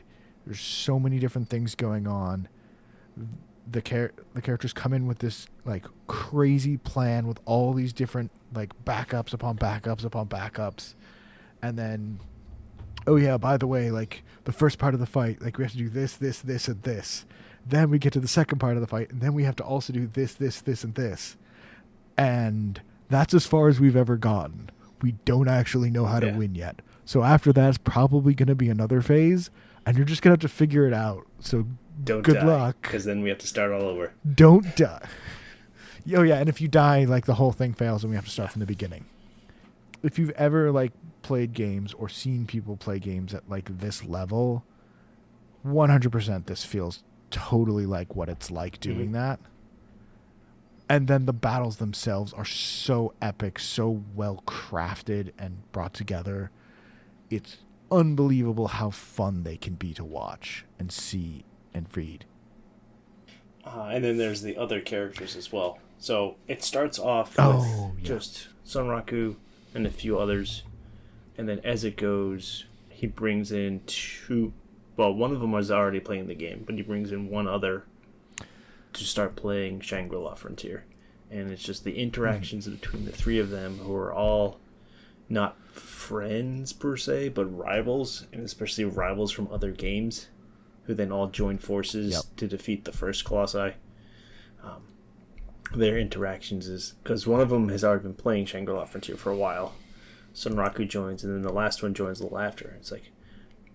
They're all friends, more like frenemies, but friends question mark in parentheses. Yes, very much. They become friends more as the story goes on, because they start looking out for each other. But it's very much, you're just really good, so you're going to help me. And they like new characters join, like just. Always someone new joining and like bringing something unique, and sometimes it's just like, oh, this person happened to find a different version of this crazy quest I found, and then we ran into each other and like, well, okay, I guess we have to stick together because otherwise we're all gonna get chased down about this thing. Or someone is like an enemy, like you said, two of the main other characters from what happens to be Sunraku's group. One of them is his friend. Another is their like mortal rival from another game, who's already playing this, but invites them to help them on something involved in Shangri-La Frontier. And so then they start working together on this, and every character is also like a really interesting person, and then they're also using their game avatars, so they're all like crazy weirdos doing things, and then they'll all jump into other games and they'll all be different people. It's really good. It should have been number one. I've read 18 books of this in 2 weeks. In 2 weeks I've read this entire thing from book 1 to book 18. It is really good and so freaking good. But it's not. It's not number one. It's number three. Yeah. Which is amazing because you want to know what's number 2. And it just so happened that we both picked the same one again. And if you listen to our last episode, you'll know what this is. Which you probably didn't. Yeah. But you should have. It's Dandadan by Yukino Butatsu. Hey, you want to know what's cooler than an amazing battle manga with epic characters and fights full of humor and other fun things? Imagine that, but also even more humor, even better characters, one of the coolest like battle manga like romantic subplots written, some of the craziest designs for enemies and battle partners and things, and also has the second best anime opening song by the same band, by the same group as the coolest one, which was Blink Blank Blank Born from Mashle, which we talked about a while ago. Like, Dandadan is everything that Shangri-La Frontier has except slightly less technical, slightly less like battle focused, slightly less variety, because Shangri-La can be like, oh, we're going to be a mech manga for a week. Oh, we're going to go to this. Like, Dan can't do that. But instead, you get something that is over the top in all the best ways every freaking chapter. Yeah, it's crazy. It's so good. The interactions with all the different characters is probably one of the best I've seen. They're all unique. They're all they all act differently to each other. They're funny. They're teasing. They feel like real people. And then there's the interactions that they do when, okay, something bad just happened. Now we gotta fight, or now we gotta run, or now we gotta do something to get out of here. And it's just, the art really sells it. The story really sells it. All the subtext of all the interactions through either the art or the dialogue. This is crazy how good this manga is. It's by Shonen Jump, so it's a weekly one. I've been reading it for a while, and it just gets better and better as it goes on. It just grabs you, and it holds on, and it's constantly adding something new and being entertaining. And what it gives up in this sort of like strategic planning and complex battles, it instead makes up with just over the top action and boundless creativity in like what happens, because it's not even always about like, oh, we've got to beat somebody up, as we talked about in our episode last week in the first arc. There's some fighting in the first couple chapters, but the main part of the first quote-unquote battle against Turbo Granny isn't fighting her, it's just running away. How do you run away from the ghost of speed that's also like a 90-year-old grandmother who wants to take your dick? But in a cool way. Because again, this is dancing. So, okay, you've got one person who's got part of the granny speed power and another person who has telekinesis arms, but they have to get from the dead center of a certain town to the city limits, being chased by someone 3 times faster than them. Okay, that's all you need. You don't always need these technical fights. They're great when they happen, but this is proof that you don't need that. You just need something exciting and clever, and to put that into art in a way that lets you see what's happening and feel the characters going through it. And also it's hilarious. Absolutely unbelievable how funny it is. Oh my god. And again, like, this is a thing that everybody always brings up, and it's like, it's not a romance story, but the romance between Okarun and Momo is good enough to be a romance story. Like, you could pull everything else out of this, all the battles, all the character designs, all that, and just have these 2 characters and make it a completely normal thing where a goofy kid who likes UFOs and an awkward girl who likes the supernatural, who argue with each other, but like stand up for each other, and just make it a completely realistic story. And this would be a fantastic series just with that. But then you add in crazy aliens, crazy spirits, crazy technology, and all of that, and it just brings it up even better. There's nothing in this that detracts. Everything just makes it a better story every time. And it starts off with a very small cast, but then every arc we just add another character, and it just gets better and better as it goes. And that's what makes this my number 2. It's just, there's nothing takes away from the story. Everything that's added, everything that's explained or shown, and all the interactions just bring it up to another level every time that happens. Yeah, 100%. And to me, I think was one of the things that I didn't really think of, but now that I'm really staring at the characters of it, the characters in it are also always unique. Mm-hmm. Like Shangri-La Frontier, it's like, oh, we've got this kind of party member, this kind of party member, this kind of party member. Oh, hey, these two other random people showed up. Oh, look, they have these matching useful party abilities.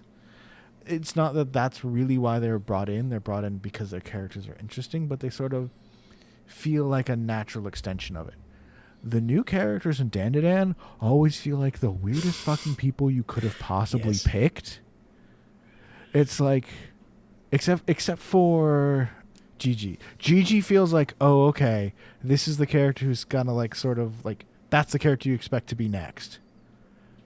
But then like he gets his power and it's like, oh, wait, what? What? Like, how does this even, this does not help. It's like, no, it doesn't help. We're going to spend 5 books where he's here. He does not like, well, maybe not 5 books, but like 2 books. It's like, yep, he's here. Here's his super battle ability. It's completely useless and makes everything worse. It's like, and then the next character who joins in is like, you think is this annoying gag character. It's like, no, he's the next member of the team. Because we don't want to spoil it. Because it's so good. The arc he comes in, it's like, oh, this is just a gag character they're going to drag around. It's like, no, he's important. And it's like, how could he possibly be important? Yeah. Here's the battle. I agree. This is one of the coolest characters you've added. I told you. And then well, even sometimes not even bad guys, but sometimes the allies are just unique. It's like, okay, where did you come up with this idea? Yeah. And then every story arc isn't just a fight scene. It's not like we're going to defeat the enemy. It's, oh, there's a haunted house. We have to go and figure out what's going on. There's a race. There's later there's a board game. Every arc of this is its own little self-contained story. It's a very unique concept every time. Like there's an invasion one, there's a kaiju monster battles. It's 100%. It doesn't have the ability to go and change genres like Shangri-La Frontier does with the different games. It's close. But what it does instead, it's very close. And that's the thing, is it's so creative. It's very close to being able to do that, even though it's the same characters doing the same general idea of either trying not to get attacked by group type A or trying to beat up group type B who have gotten in their way. And it's like, you can usually distill it down to one of those two things, but every time it's still something crazy. Every time it's still something very unique. The training battle with the musicians is like nuts. And again, and the other thing is like Okarun doesn't really get a new ability. He just understands how to do things better. So it's just like half a book long battle training montage where he doesn't get some new superpower. It's just like, we're just going to do this. We're just going to have this. And like, we'll just have him be more competent going forward. And he becomes more competent going forward at running really fast and kicking people in the face. Which is also really good. And again, as I keep saying over and over again, this should have been number 1. I hate the fact that this is not number 1. This is so good. Yeah. It's so good. We've already gushed about it for like 45 minutes in our pilot episode. We've just gushed about it for another 10 minutes here. We could go on. I can't believe it's not number 1. I can't believe it's not number 1. I literally can't believe it's not number 1. Yeah. Speaking of that, number one. Okay, so this is it. Yeah, this is the so one. my number one. Yeah, fuck you. You're wrong, Tom. Dandadan is not number one. This is number one, and it's not even close. Okay, that's big words. So what is it? You may or may not have heard about this, because this also, for anime watchers, this came out earlier this year, but the book's been around for a bit. Alia sometimes hides her feelings in Russian, by Sun Sun Sun. This is a light novel series. I have not read this. I think there is a manga for it. There is an anime for it. We're up to book 6 in English. They're up to, I think, like 10 in Japanese. But when I sat down to do my 10, I started writing down all the books I read this year. And the moment I saw this book, I basically just flipped the table and said, fuck all the rest of you, this is number one. And I've never gone back on that sentiment. This is so good. And to give you a sense of this, Isla, Book 6, Dandadan, Book 9, and Cypher Academy, Book 4 pre-orders all dropped basically on the same day. And I saw them all in my feed of like, oh, you now own these books. You can now read them. And it, like, I looked at the other two and I'm like, wow, sucks to be the two of you, and opened Isla 6 and started reading it basically instantaneously. Read it straight through that single day. And it was, again, the best thing I've read this entire year. Hands down. This might be one of the best stories I've read.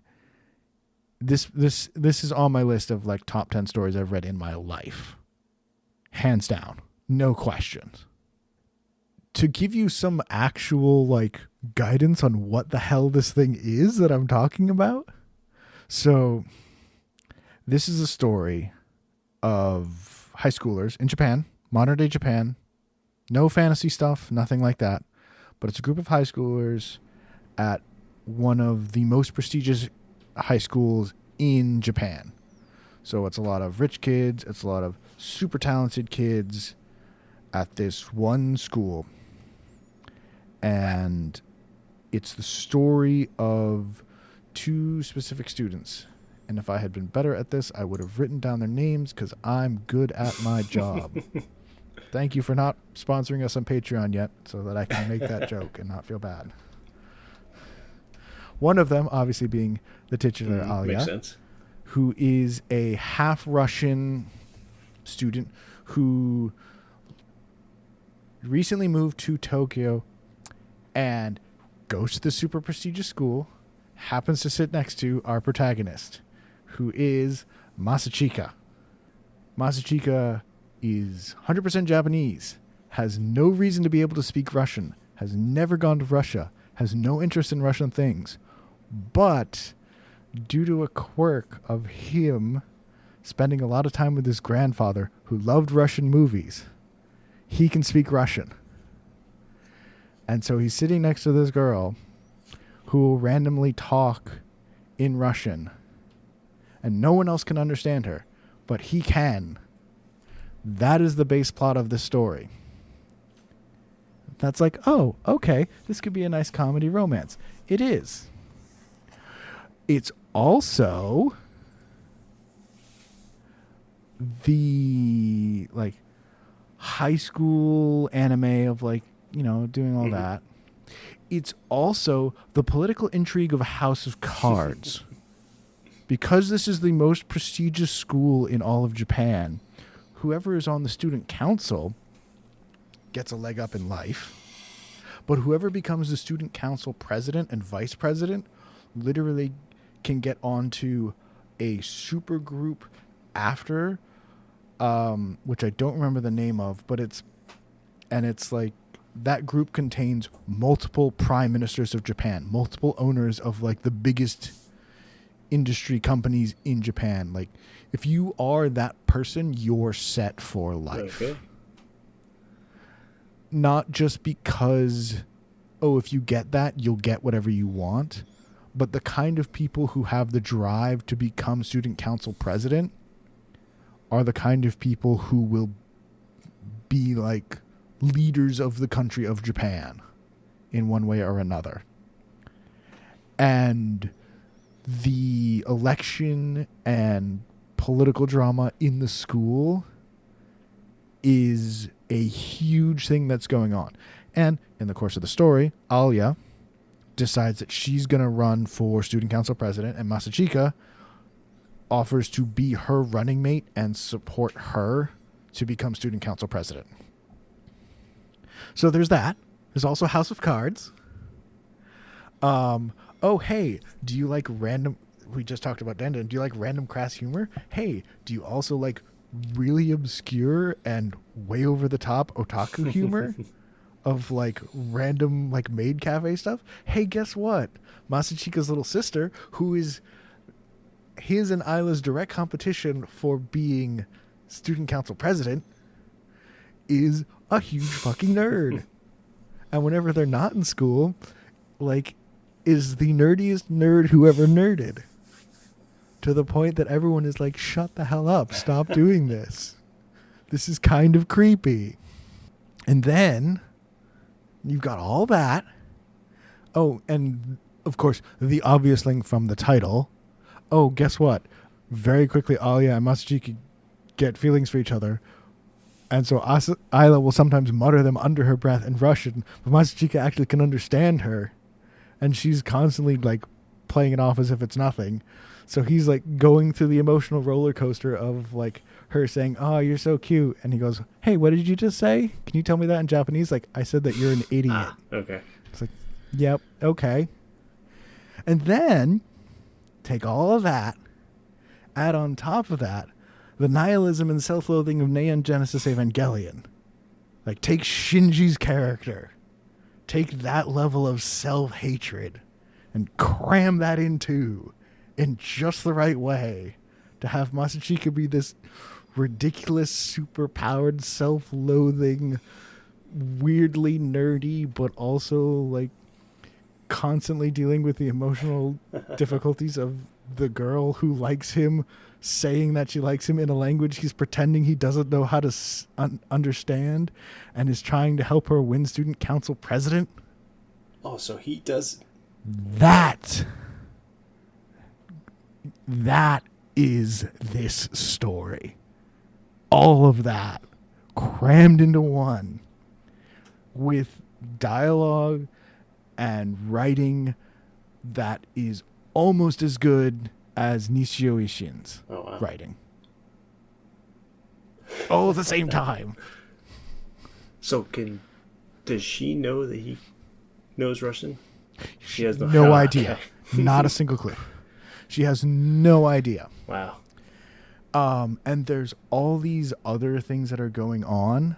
Like, so the self-loathing comes from the fact, and the Russian, and all these other weird things come from Masachika left, his mother and father divorced, and he abandoned part of his family to go with his father because his sister is the other person running for president. No one knows that they're siblings because he changed his name.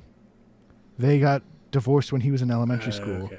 He's like a child prodigy, but due to a number of things that happened, he basically got A, burnt out, and B, felt abandoned by people in his family. So he's abandoned his old family, and now he's back here. So other than his sister, nobody knows he's from this prestigious family. Okay. The same as his sister, who everybody thinks secretly wanted to date all the time because they were student council president and vice president at the middle school. Okay. But also, because of that, he spent a lot of time with his grandfather, hence how he learned Russian. He also spent a lot of time with this random girl who was Russian, who they went to the playground all the time with, who he can't remember very much about. but had a super duper crush on it because he was 8 and she was 8, and they would play all the time. And then she disappeared, and he's emotionally broken because of that. Because of course, this is the kind of story that this is. Nothing is half measures. Is it Isla? Is it Isla? Is a very good question. It's a very good question. The level that this has grabbed me, at the end of book 4, you find out who the girl is, kind of. Okay. She comes back at the playground and he meets her again. And it doesn't explicitly tell you who it is, and the book literally ends. Of course. And book 4.5, the next book, is a book of side stories. And then in book 5, it actually picks up and goes on.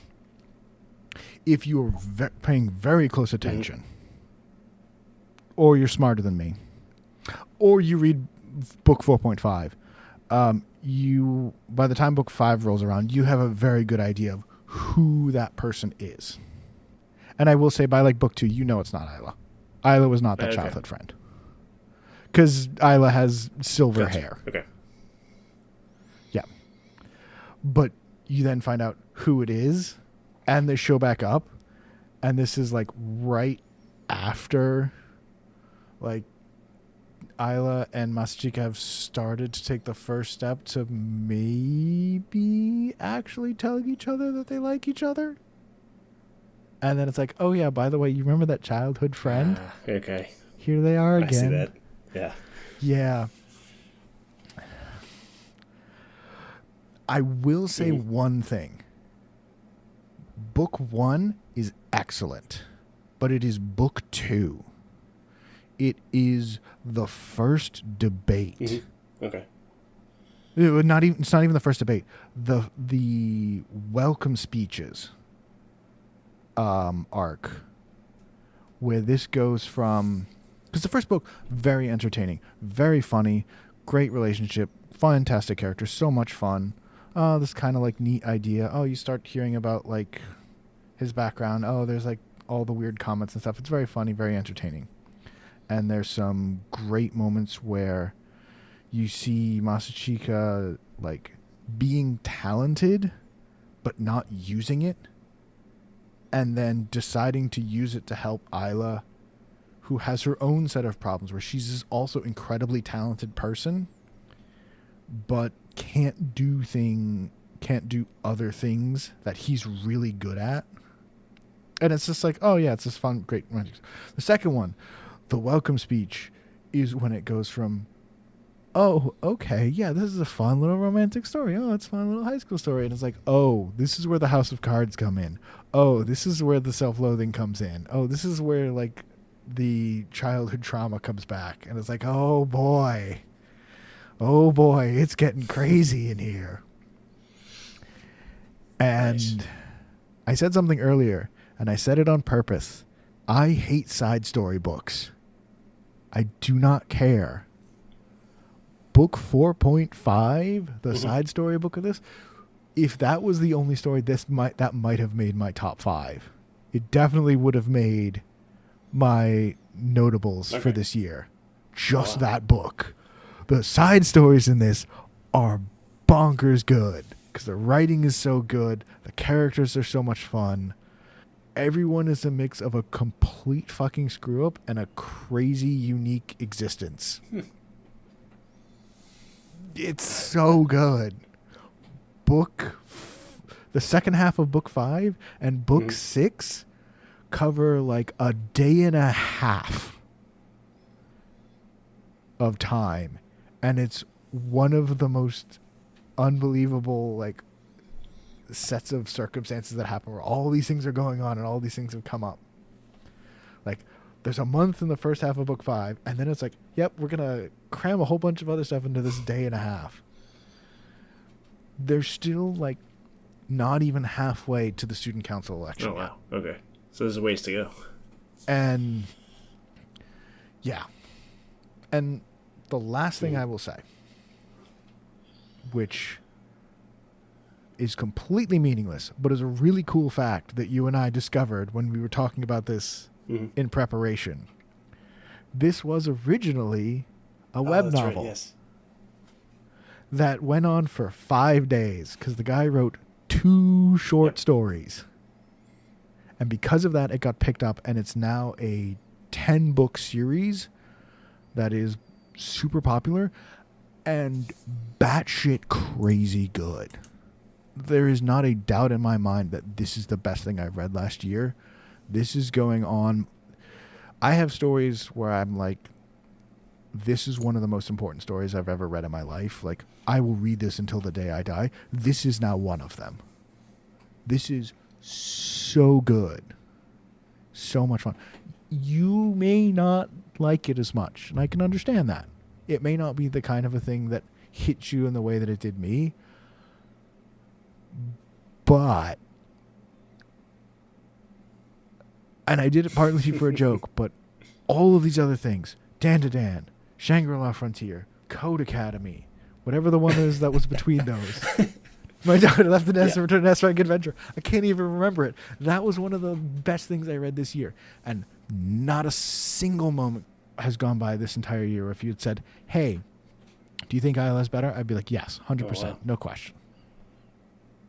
Not a single moment.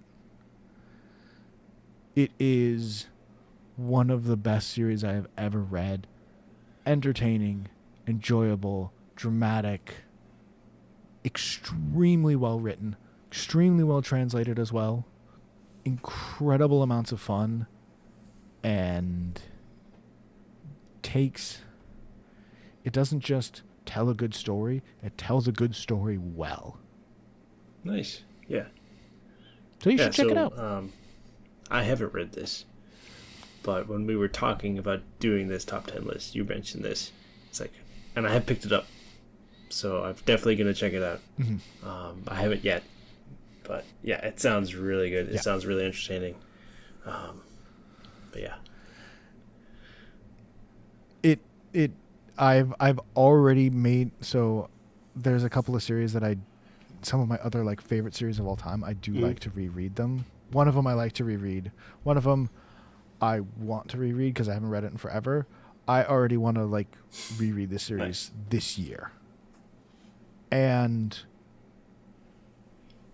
I know I'm gushing a lot about it right now. You should have seen me in April when I had just started reading this, because this was my workplace, was me just talking to anybody who would listen to me how good this story was. I am absolutely in love with everything about this. It is not original, really. It doesn't have that Dan-to-Dan character design. It doesn't have that Shangri-La Frontier, if you die in the video game, you don't die in real life. It doesn't have that I'm going to keep making that joke forever. It doesn't have that truly unique piece to it. If you've read Japanese high school romance dramas, you've seen every single one of these pieces before, except for maybe the language thing. But you've seen like international like romance things too in them too. This is just all of those done to the best degree. Okay. That's why I love this one so much, is nothing about it is half measures. The side story book is full of some of the best moments in the series. Nice. Oh my goodness, I just remembered, because I'm looking at the covers and I'm like, oh yeah, book 4 has the fireworks scene. Book 4 has the fireworks scene. And that's the one that ends with the, oh yeah, by the way, your childhood friend that like broke your heart and ruined you just after you started getting over the fact that your family fell apart comes back at the end of that, and just before that is the frickin' fireworks scene, which is one of the most romantic things in the whole series. Ah. Yeah, we're doing episodes on this later. I don't care if you don't want to. Yeah. I'll do it by myself. No. But like that's why, like, for however much of this ends up in the final recording, that's how much I love this series. That's how good I think this is. And I'm not joking when I'm saying Dan probably should have been number one in any other year. Shangri-La should have been number one any other year. My Daughter Left the Nest any other year. But this year I read this, and it does not matter what else I read. This is going to win because it's that good. Yeah. It sounds so yeah, really how about good. you? What's your number one? Yeah. So after all that, go on. Yeah. So my number one for even though I said I like sci-fi, but there's not that many sci-fi ones. This is the epitome of fantasy, in my opinion, and that is Frieren, Beyond Journey's End. And this is an amazing story. Have you read this? I have read the first book, and when I saw, like, oh, you have Dan and you have, like, Shangri-La Frontiers 2 and 3 like me, what the heck could you possibly have at 1? And I see Frieren. I'm like, okay, I haven't read enough, but I've read the first book, and I could see this happening with this, that this could be that kind of a story. This is probably one of the books that once I read it, I couldn't stop thinking about it. So I got the next one, and then the next one, and the next one, and just read them all, and still can't stop thinking about it.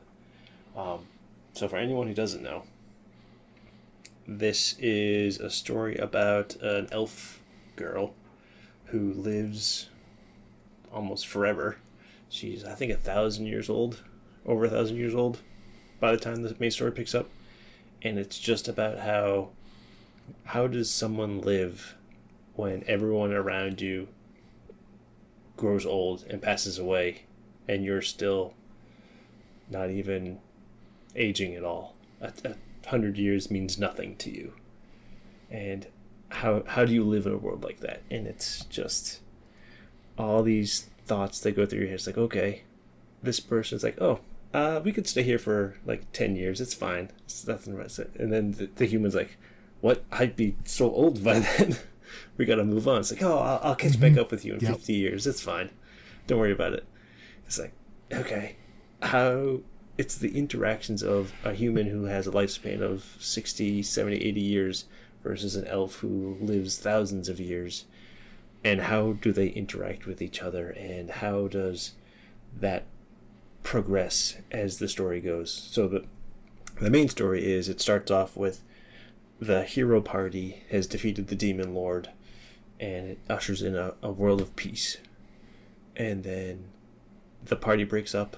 The healer goes off, the priest, the warrior, and the hero all go their separate ways. They all have their own lives. And the elf is like, okay, I'll catch back up with you as time goes on, and I'll see you again in so many years. And then it fast forwards to 50 years later, and she meets up with everyone. It's like, oh, the hero, who's just a regular human, it's like, he has a beard, he's much older, it's 50 years later. And he's like, oh, I didn't, it's like, I can't believe you're still remembered to come back. And it's like, well, it's only been 50 years. And the priest is much older. The warrior is a race that does live longer than a human, so it's still not as much time. I think he's supposed to be a dwarf, or the idea of a dwarf. Yeah. But it's still a long time for him too. And it's like, okay. And eventually the hero passes away, and everyone's like mourning him, and they're all at his funeral, and the elf realizes that everyone's lives are so short compared to hers. It's like, this was just a blink of an eye for her, but she feels that she had so much time but didn't realize that time ran out. Because to her, it's like, okay, I'll spend a month doing that, but why do I care? It's like a blink of an eye for me. But for everyone around her, it's like, okay, that's, my life is now half over. I've run out of time.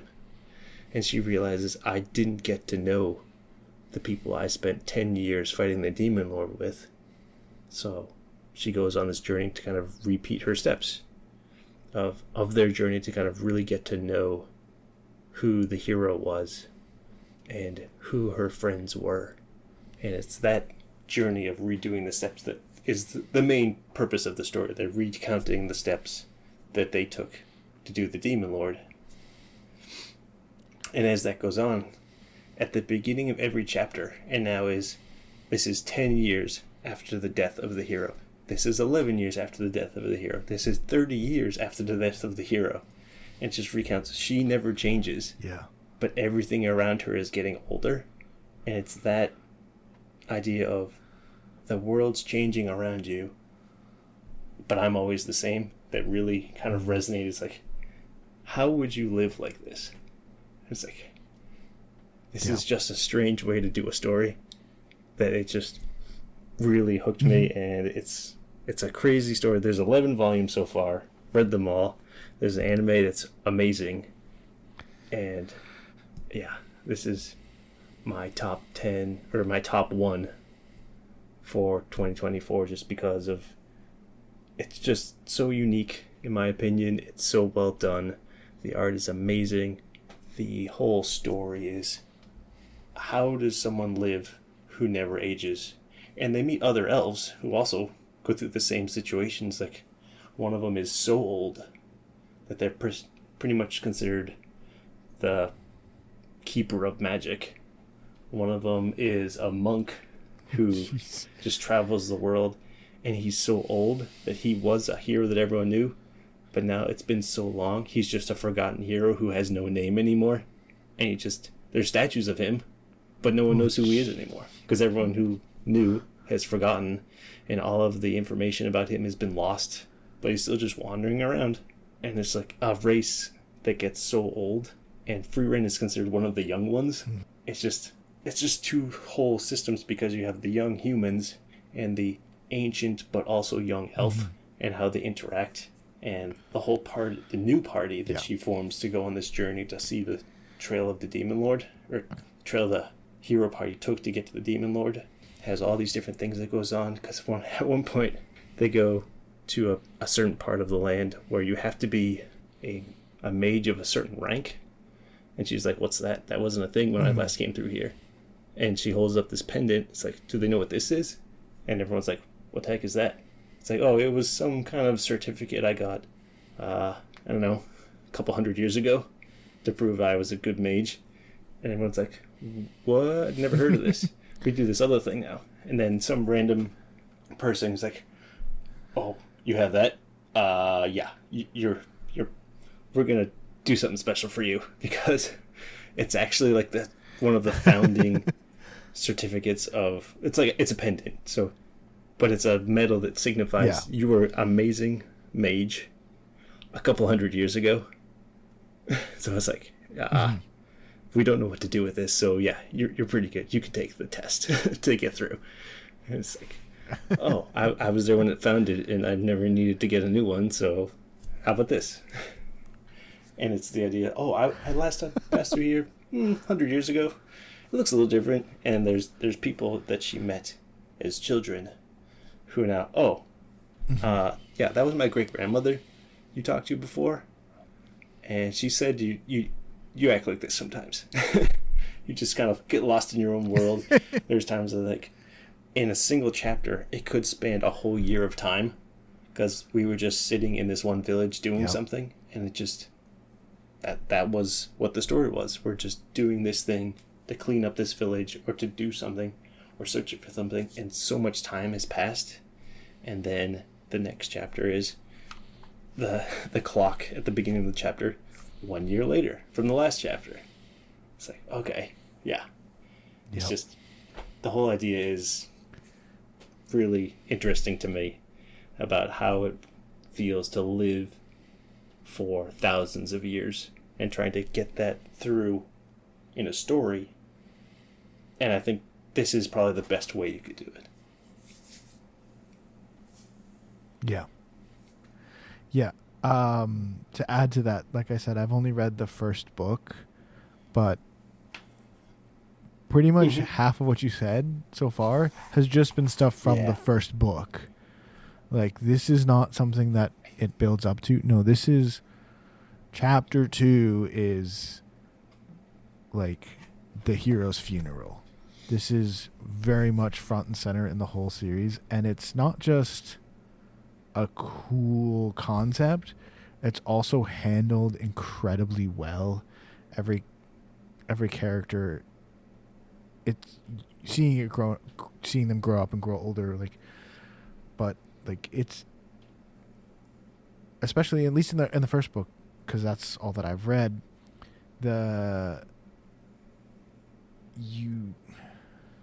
you get both sides of it. Of you're a person reading this, and so you're like sitting with the humans, and it's like, oh yeah, like, how do you not remember this? Why aren't you reacting to this emotional thing that's happening? Like, what do you mean you were expecting this? Like, it's been 60 years. But at the same time, the way the book is presented, you get to see from Frierin's perspective of just like, oh yeah, that was like 2 chapters ago. I was reading that like 10 minutes ago. What do you mean it's been 50 years? Like, we just did that. And it never... no, how do I want to say this?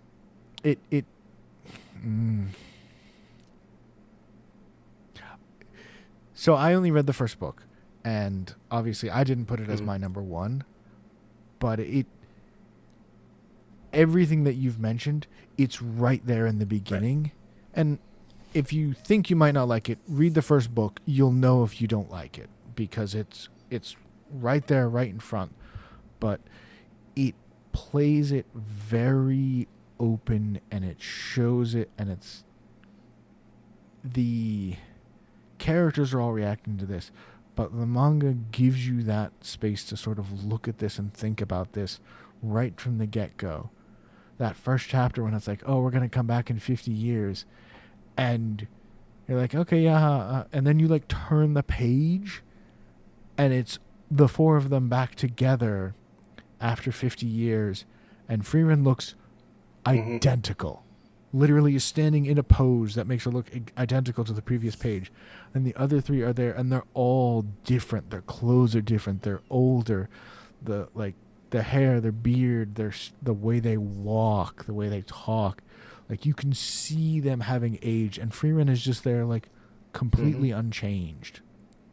And that first story, the very first story, is also her taking them to, I think it's like a meteor shower or something that happens every 50 years, and that's why she said she was going to come back. And it's like, on the one hand, it's like, oh yeah, I came back for the 50 years for the meteor shower, so we could see it together as like a group. And it's also like, oh my god, thank god none of these people died, because it's like, that could have just as easily happened. It's this... The storytelling, the story it's telling isn't excessively emotional, but you reading it and seeing these things happening, you get emotional about something the story doesn't even talk about. Of, holy crap, all these people could have died. Oh my god, it's that this has been like 60 years, and you see them reacting to it in this other way, and you reading it get something that the story maybe isn't trying to emphasize, but lets you get into. It's this incredibly unique story for that. And yeah, like, I'm on book 1, and I'm like, I don't know if I can handle reading this a lot. Like, talking about like growing old and all that. Yeah. And yet, and then it's just also funny. Like, random stuff. I mean, there's the meme one of her getting eaten by mimics. That is her Achilles heel of, there's that 1% chance that there's something amazing in here. And the answer is always, no, there isn't. That comes up quite a lot, because as it goes on, they do There's a testing arc to kind of understand how good of a mage you are. There's a dungeon diving where they go dungeon diving. And as the story is going on, and I don't know if this comes off in the first volume or not, but it's always, because they're going on this journey where they're doing the same thing that the hero did so many years ago, there's flashbacks. So, when we were here last time I was here, this was going on. Or, we used to love diving into dungeons. Or it was always, he loved helping people for this reason. So it's always back and forth in history and the present with all of her new companions. And it's that trying to remember what happened in the past so she can eventually kind of understand him as a person better, which she tried to do, but is very kind of standoffish as the story went on, because she was originally recruited as a powerful mage because she's 1,000 years old and knows magic. And then as they did the journey before, it took 10 years, and to her it's like, okay, we're done, goodbye. But then now that she's trying to understand him, it's always the flashback of, that's kind of why he did this before, which I didn't really understand the last time, but now that I'm thinking about it now, it makes sense. And it's that back and forth in history and present. It really signifies to me she's trying to understand people, or humans, which are a complete mystery to her because their lives are so short compared to mine. Yeah, that does come up in the first book. The thing I think that best signifies it is there's the flower arc where she's trying to find the flower that used to grow in this one town where they have a statue of the hero that's basically gone extinct in the area. And they end up searching for 9 months. And her companions are starting to be like, can we do something else? Because we just can't find it. I don't want to spend my whole life looking for a flower. And she's like, oh, yeah, okay, I guess give it another month. You die eventually. Okay. We'll just spend another 3 or 4 months. But that also has the flashbacks and the character, and that is something that I can absolutely the moment I saw, like I said before, the moment I saw this here is the one that you listed, I'm like, right, I totally get that, because I had read that first book and I've seen all these, and it sounds like the rest of the story is just more and better that. And it's like you said, it's just something really different. Yeah, and that's one of the reasons why it's my number one, because I don't think I've read anything like this. It's very much almost a slice of life book, because they're just going on a journey. You see their day-to-day activities and things like that, but then there are points where this is a very much, we're having a magic duel, we're doing some crazy adventure, and you can see how powerful people are. There's a point in time where she's fighting the Demon Lord's lieutenants, and the crazy fight scenes, and the anime is amazing. So if you read the book, haven't seen the show, or seen the show and haven't read the book, they're both great. I think definitely recommend doing both, but they're both really good, and as the story goes on, it just gets more complex. There's new characters introduced. There's more elves, which gives you an even different perspective of, okay, if Frieren is considered on the very young side for an elf, how do the people who are very old elves see the world? And how do they see humans? Yeah. And it's one of those things, because humans' lives are so short compared to theirs. They grow exceptionally fast, which is one of the things that comes up later, where there are enemies that are frozen in time because a while ago they couldn't defeat them. So when they come back, well, humans have had Right. 60 years to figure out how to defeat you. For an elf, I would have taken that just to figure out what to do first. But humans, they'll just keep churning and churning and churning into them. They spent their whole life doing it, so they understand things so much better and so much faster. So they will outgrow everyone, even if their lives are so short, because they can take the time and they all work together and can solve problems so much faster. Whereas an elf would take years just to know what to do. And that comes up where human growth is almost exponential to hers, except hers is just constant for thousands of years. So eventually someone will catch up to you as a human race, not as a single human.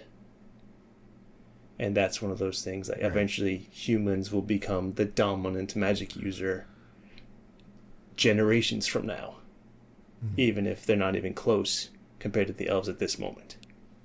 Someday they will be.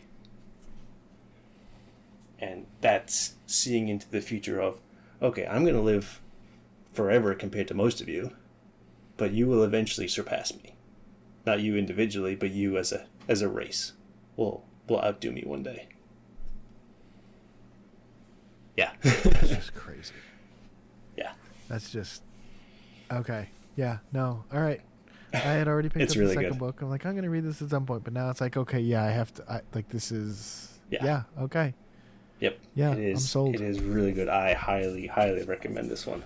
There are, I believe, 11 books out so far. There's another one coming out in... There's 13 out in Japan right now. The next one in the US comes out in February. That'll be book 12. So yeah. It's really good. Yeah, and like I said, I highly recommend this too. But yeah, now I gotta go read more of this. This is great. This is. And I believe they are making another season of the anime. And the art is beautiful. The story is great. The characters are really interesting. They all have their own little story arcs as well. Because she is so old and kind of set in her ways almost, she's also very lazy.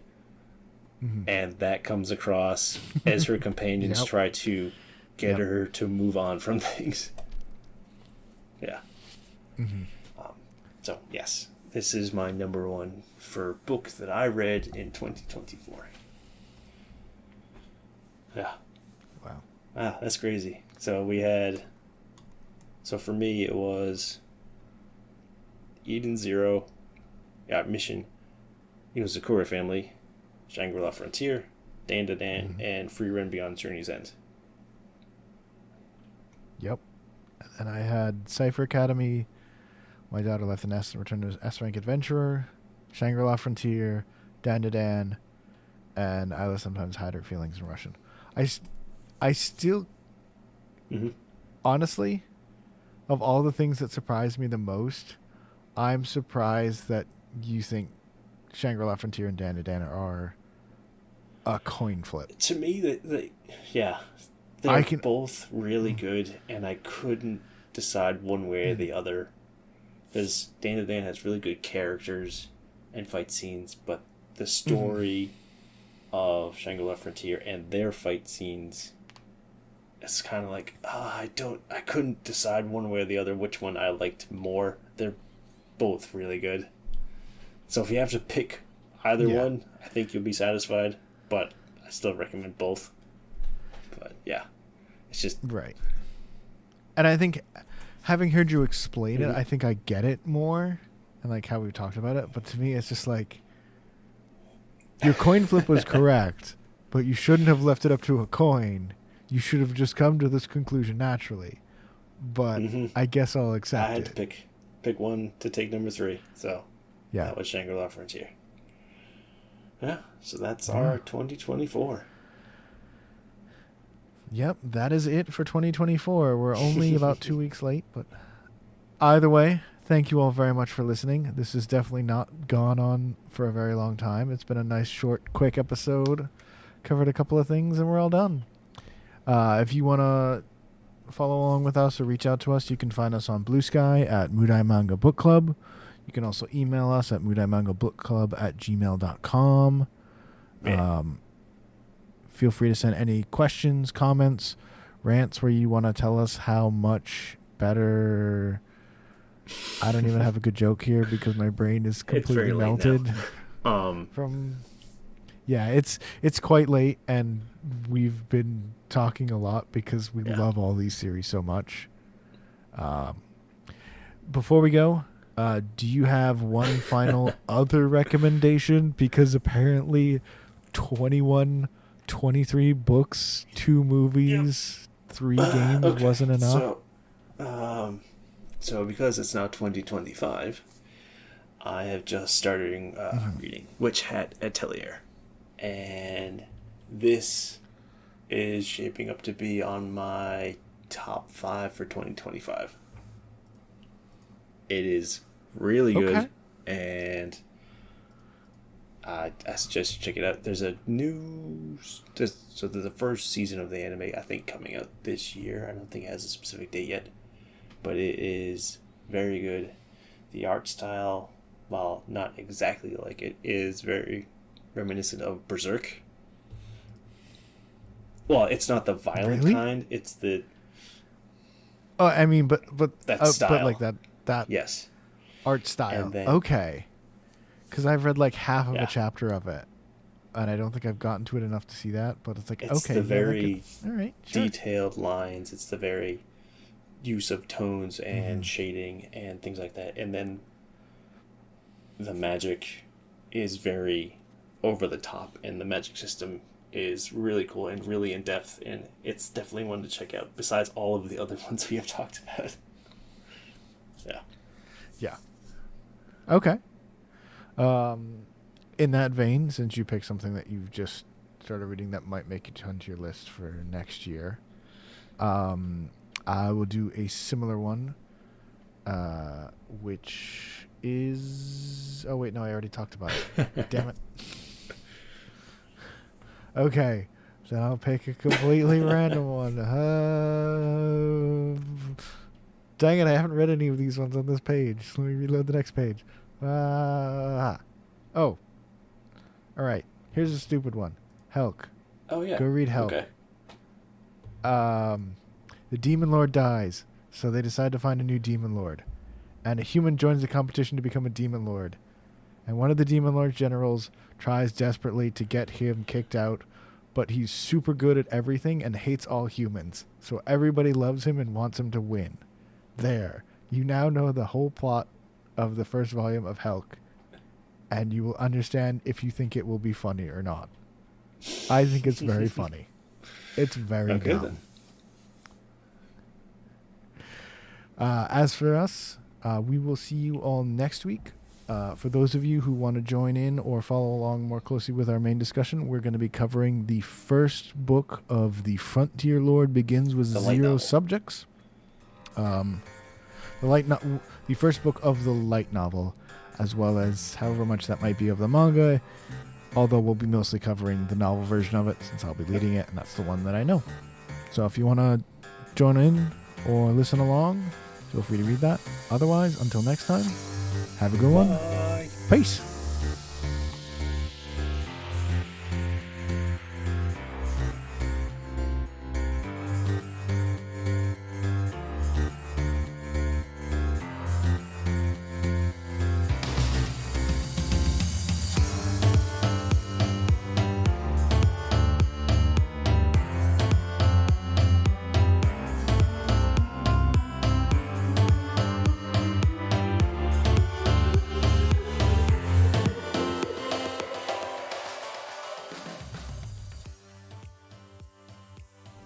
This is going to take forever to edit.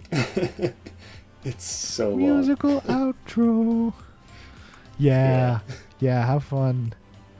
It usually takes about an hour to do 15 minutes of audio. And my clock says almost 3 hours. Your 12 and a half hour. Yeah. Okay.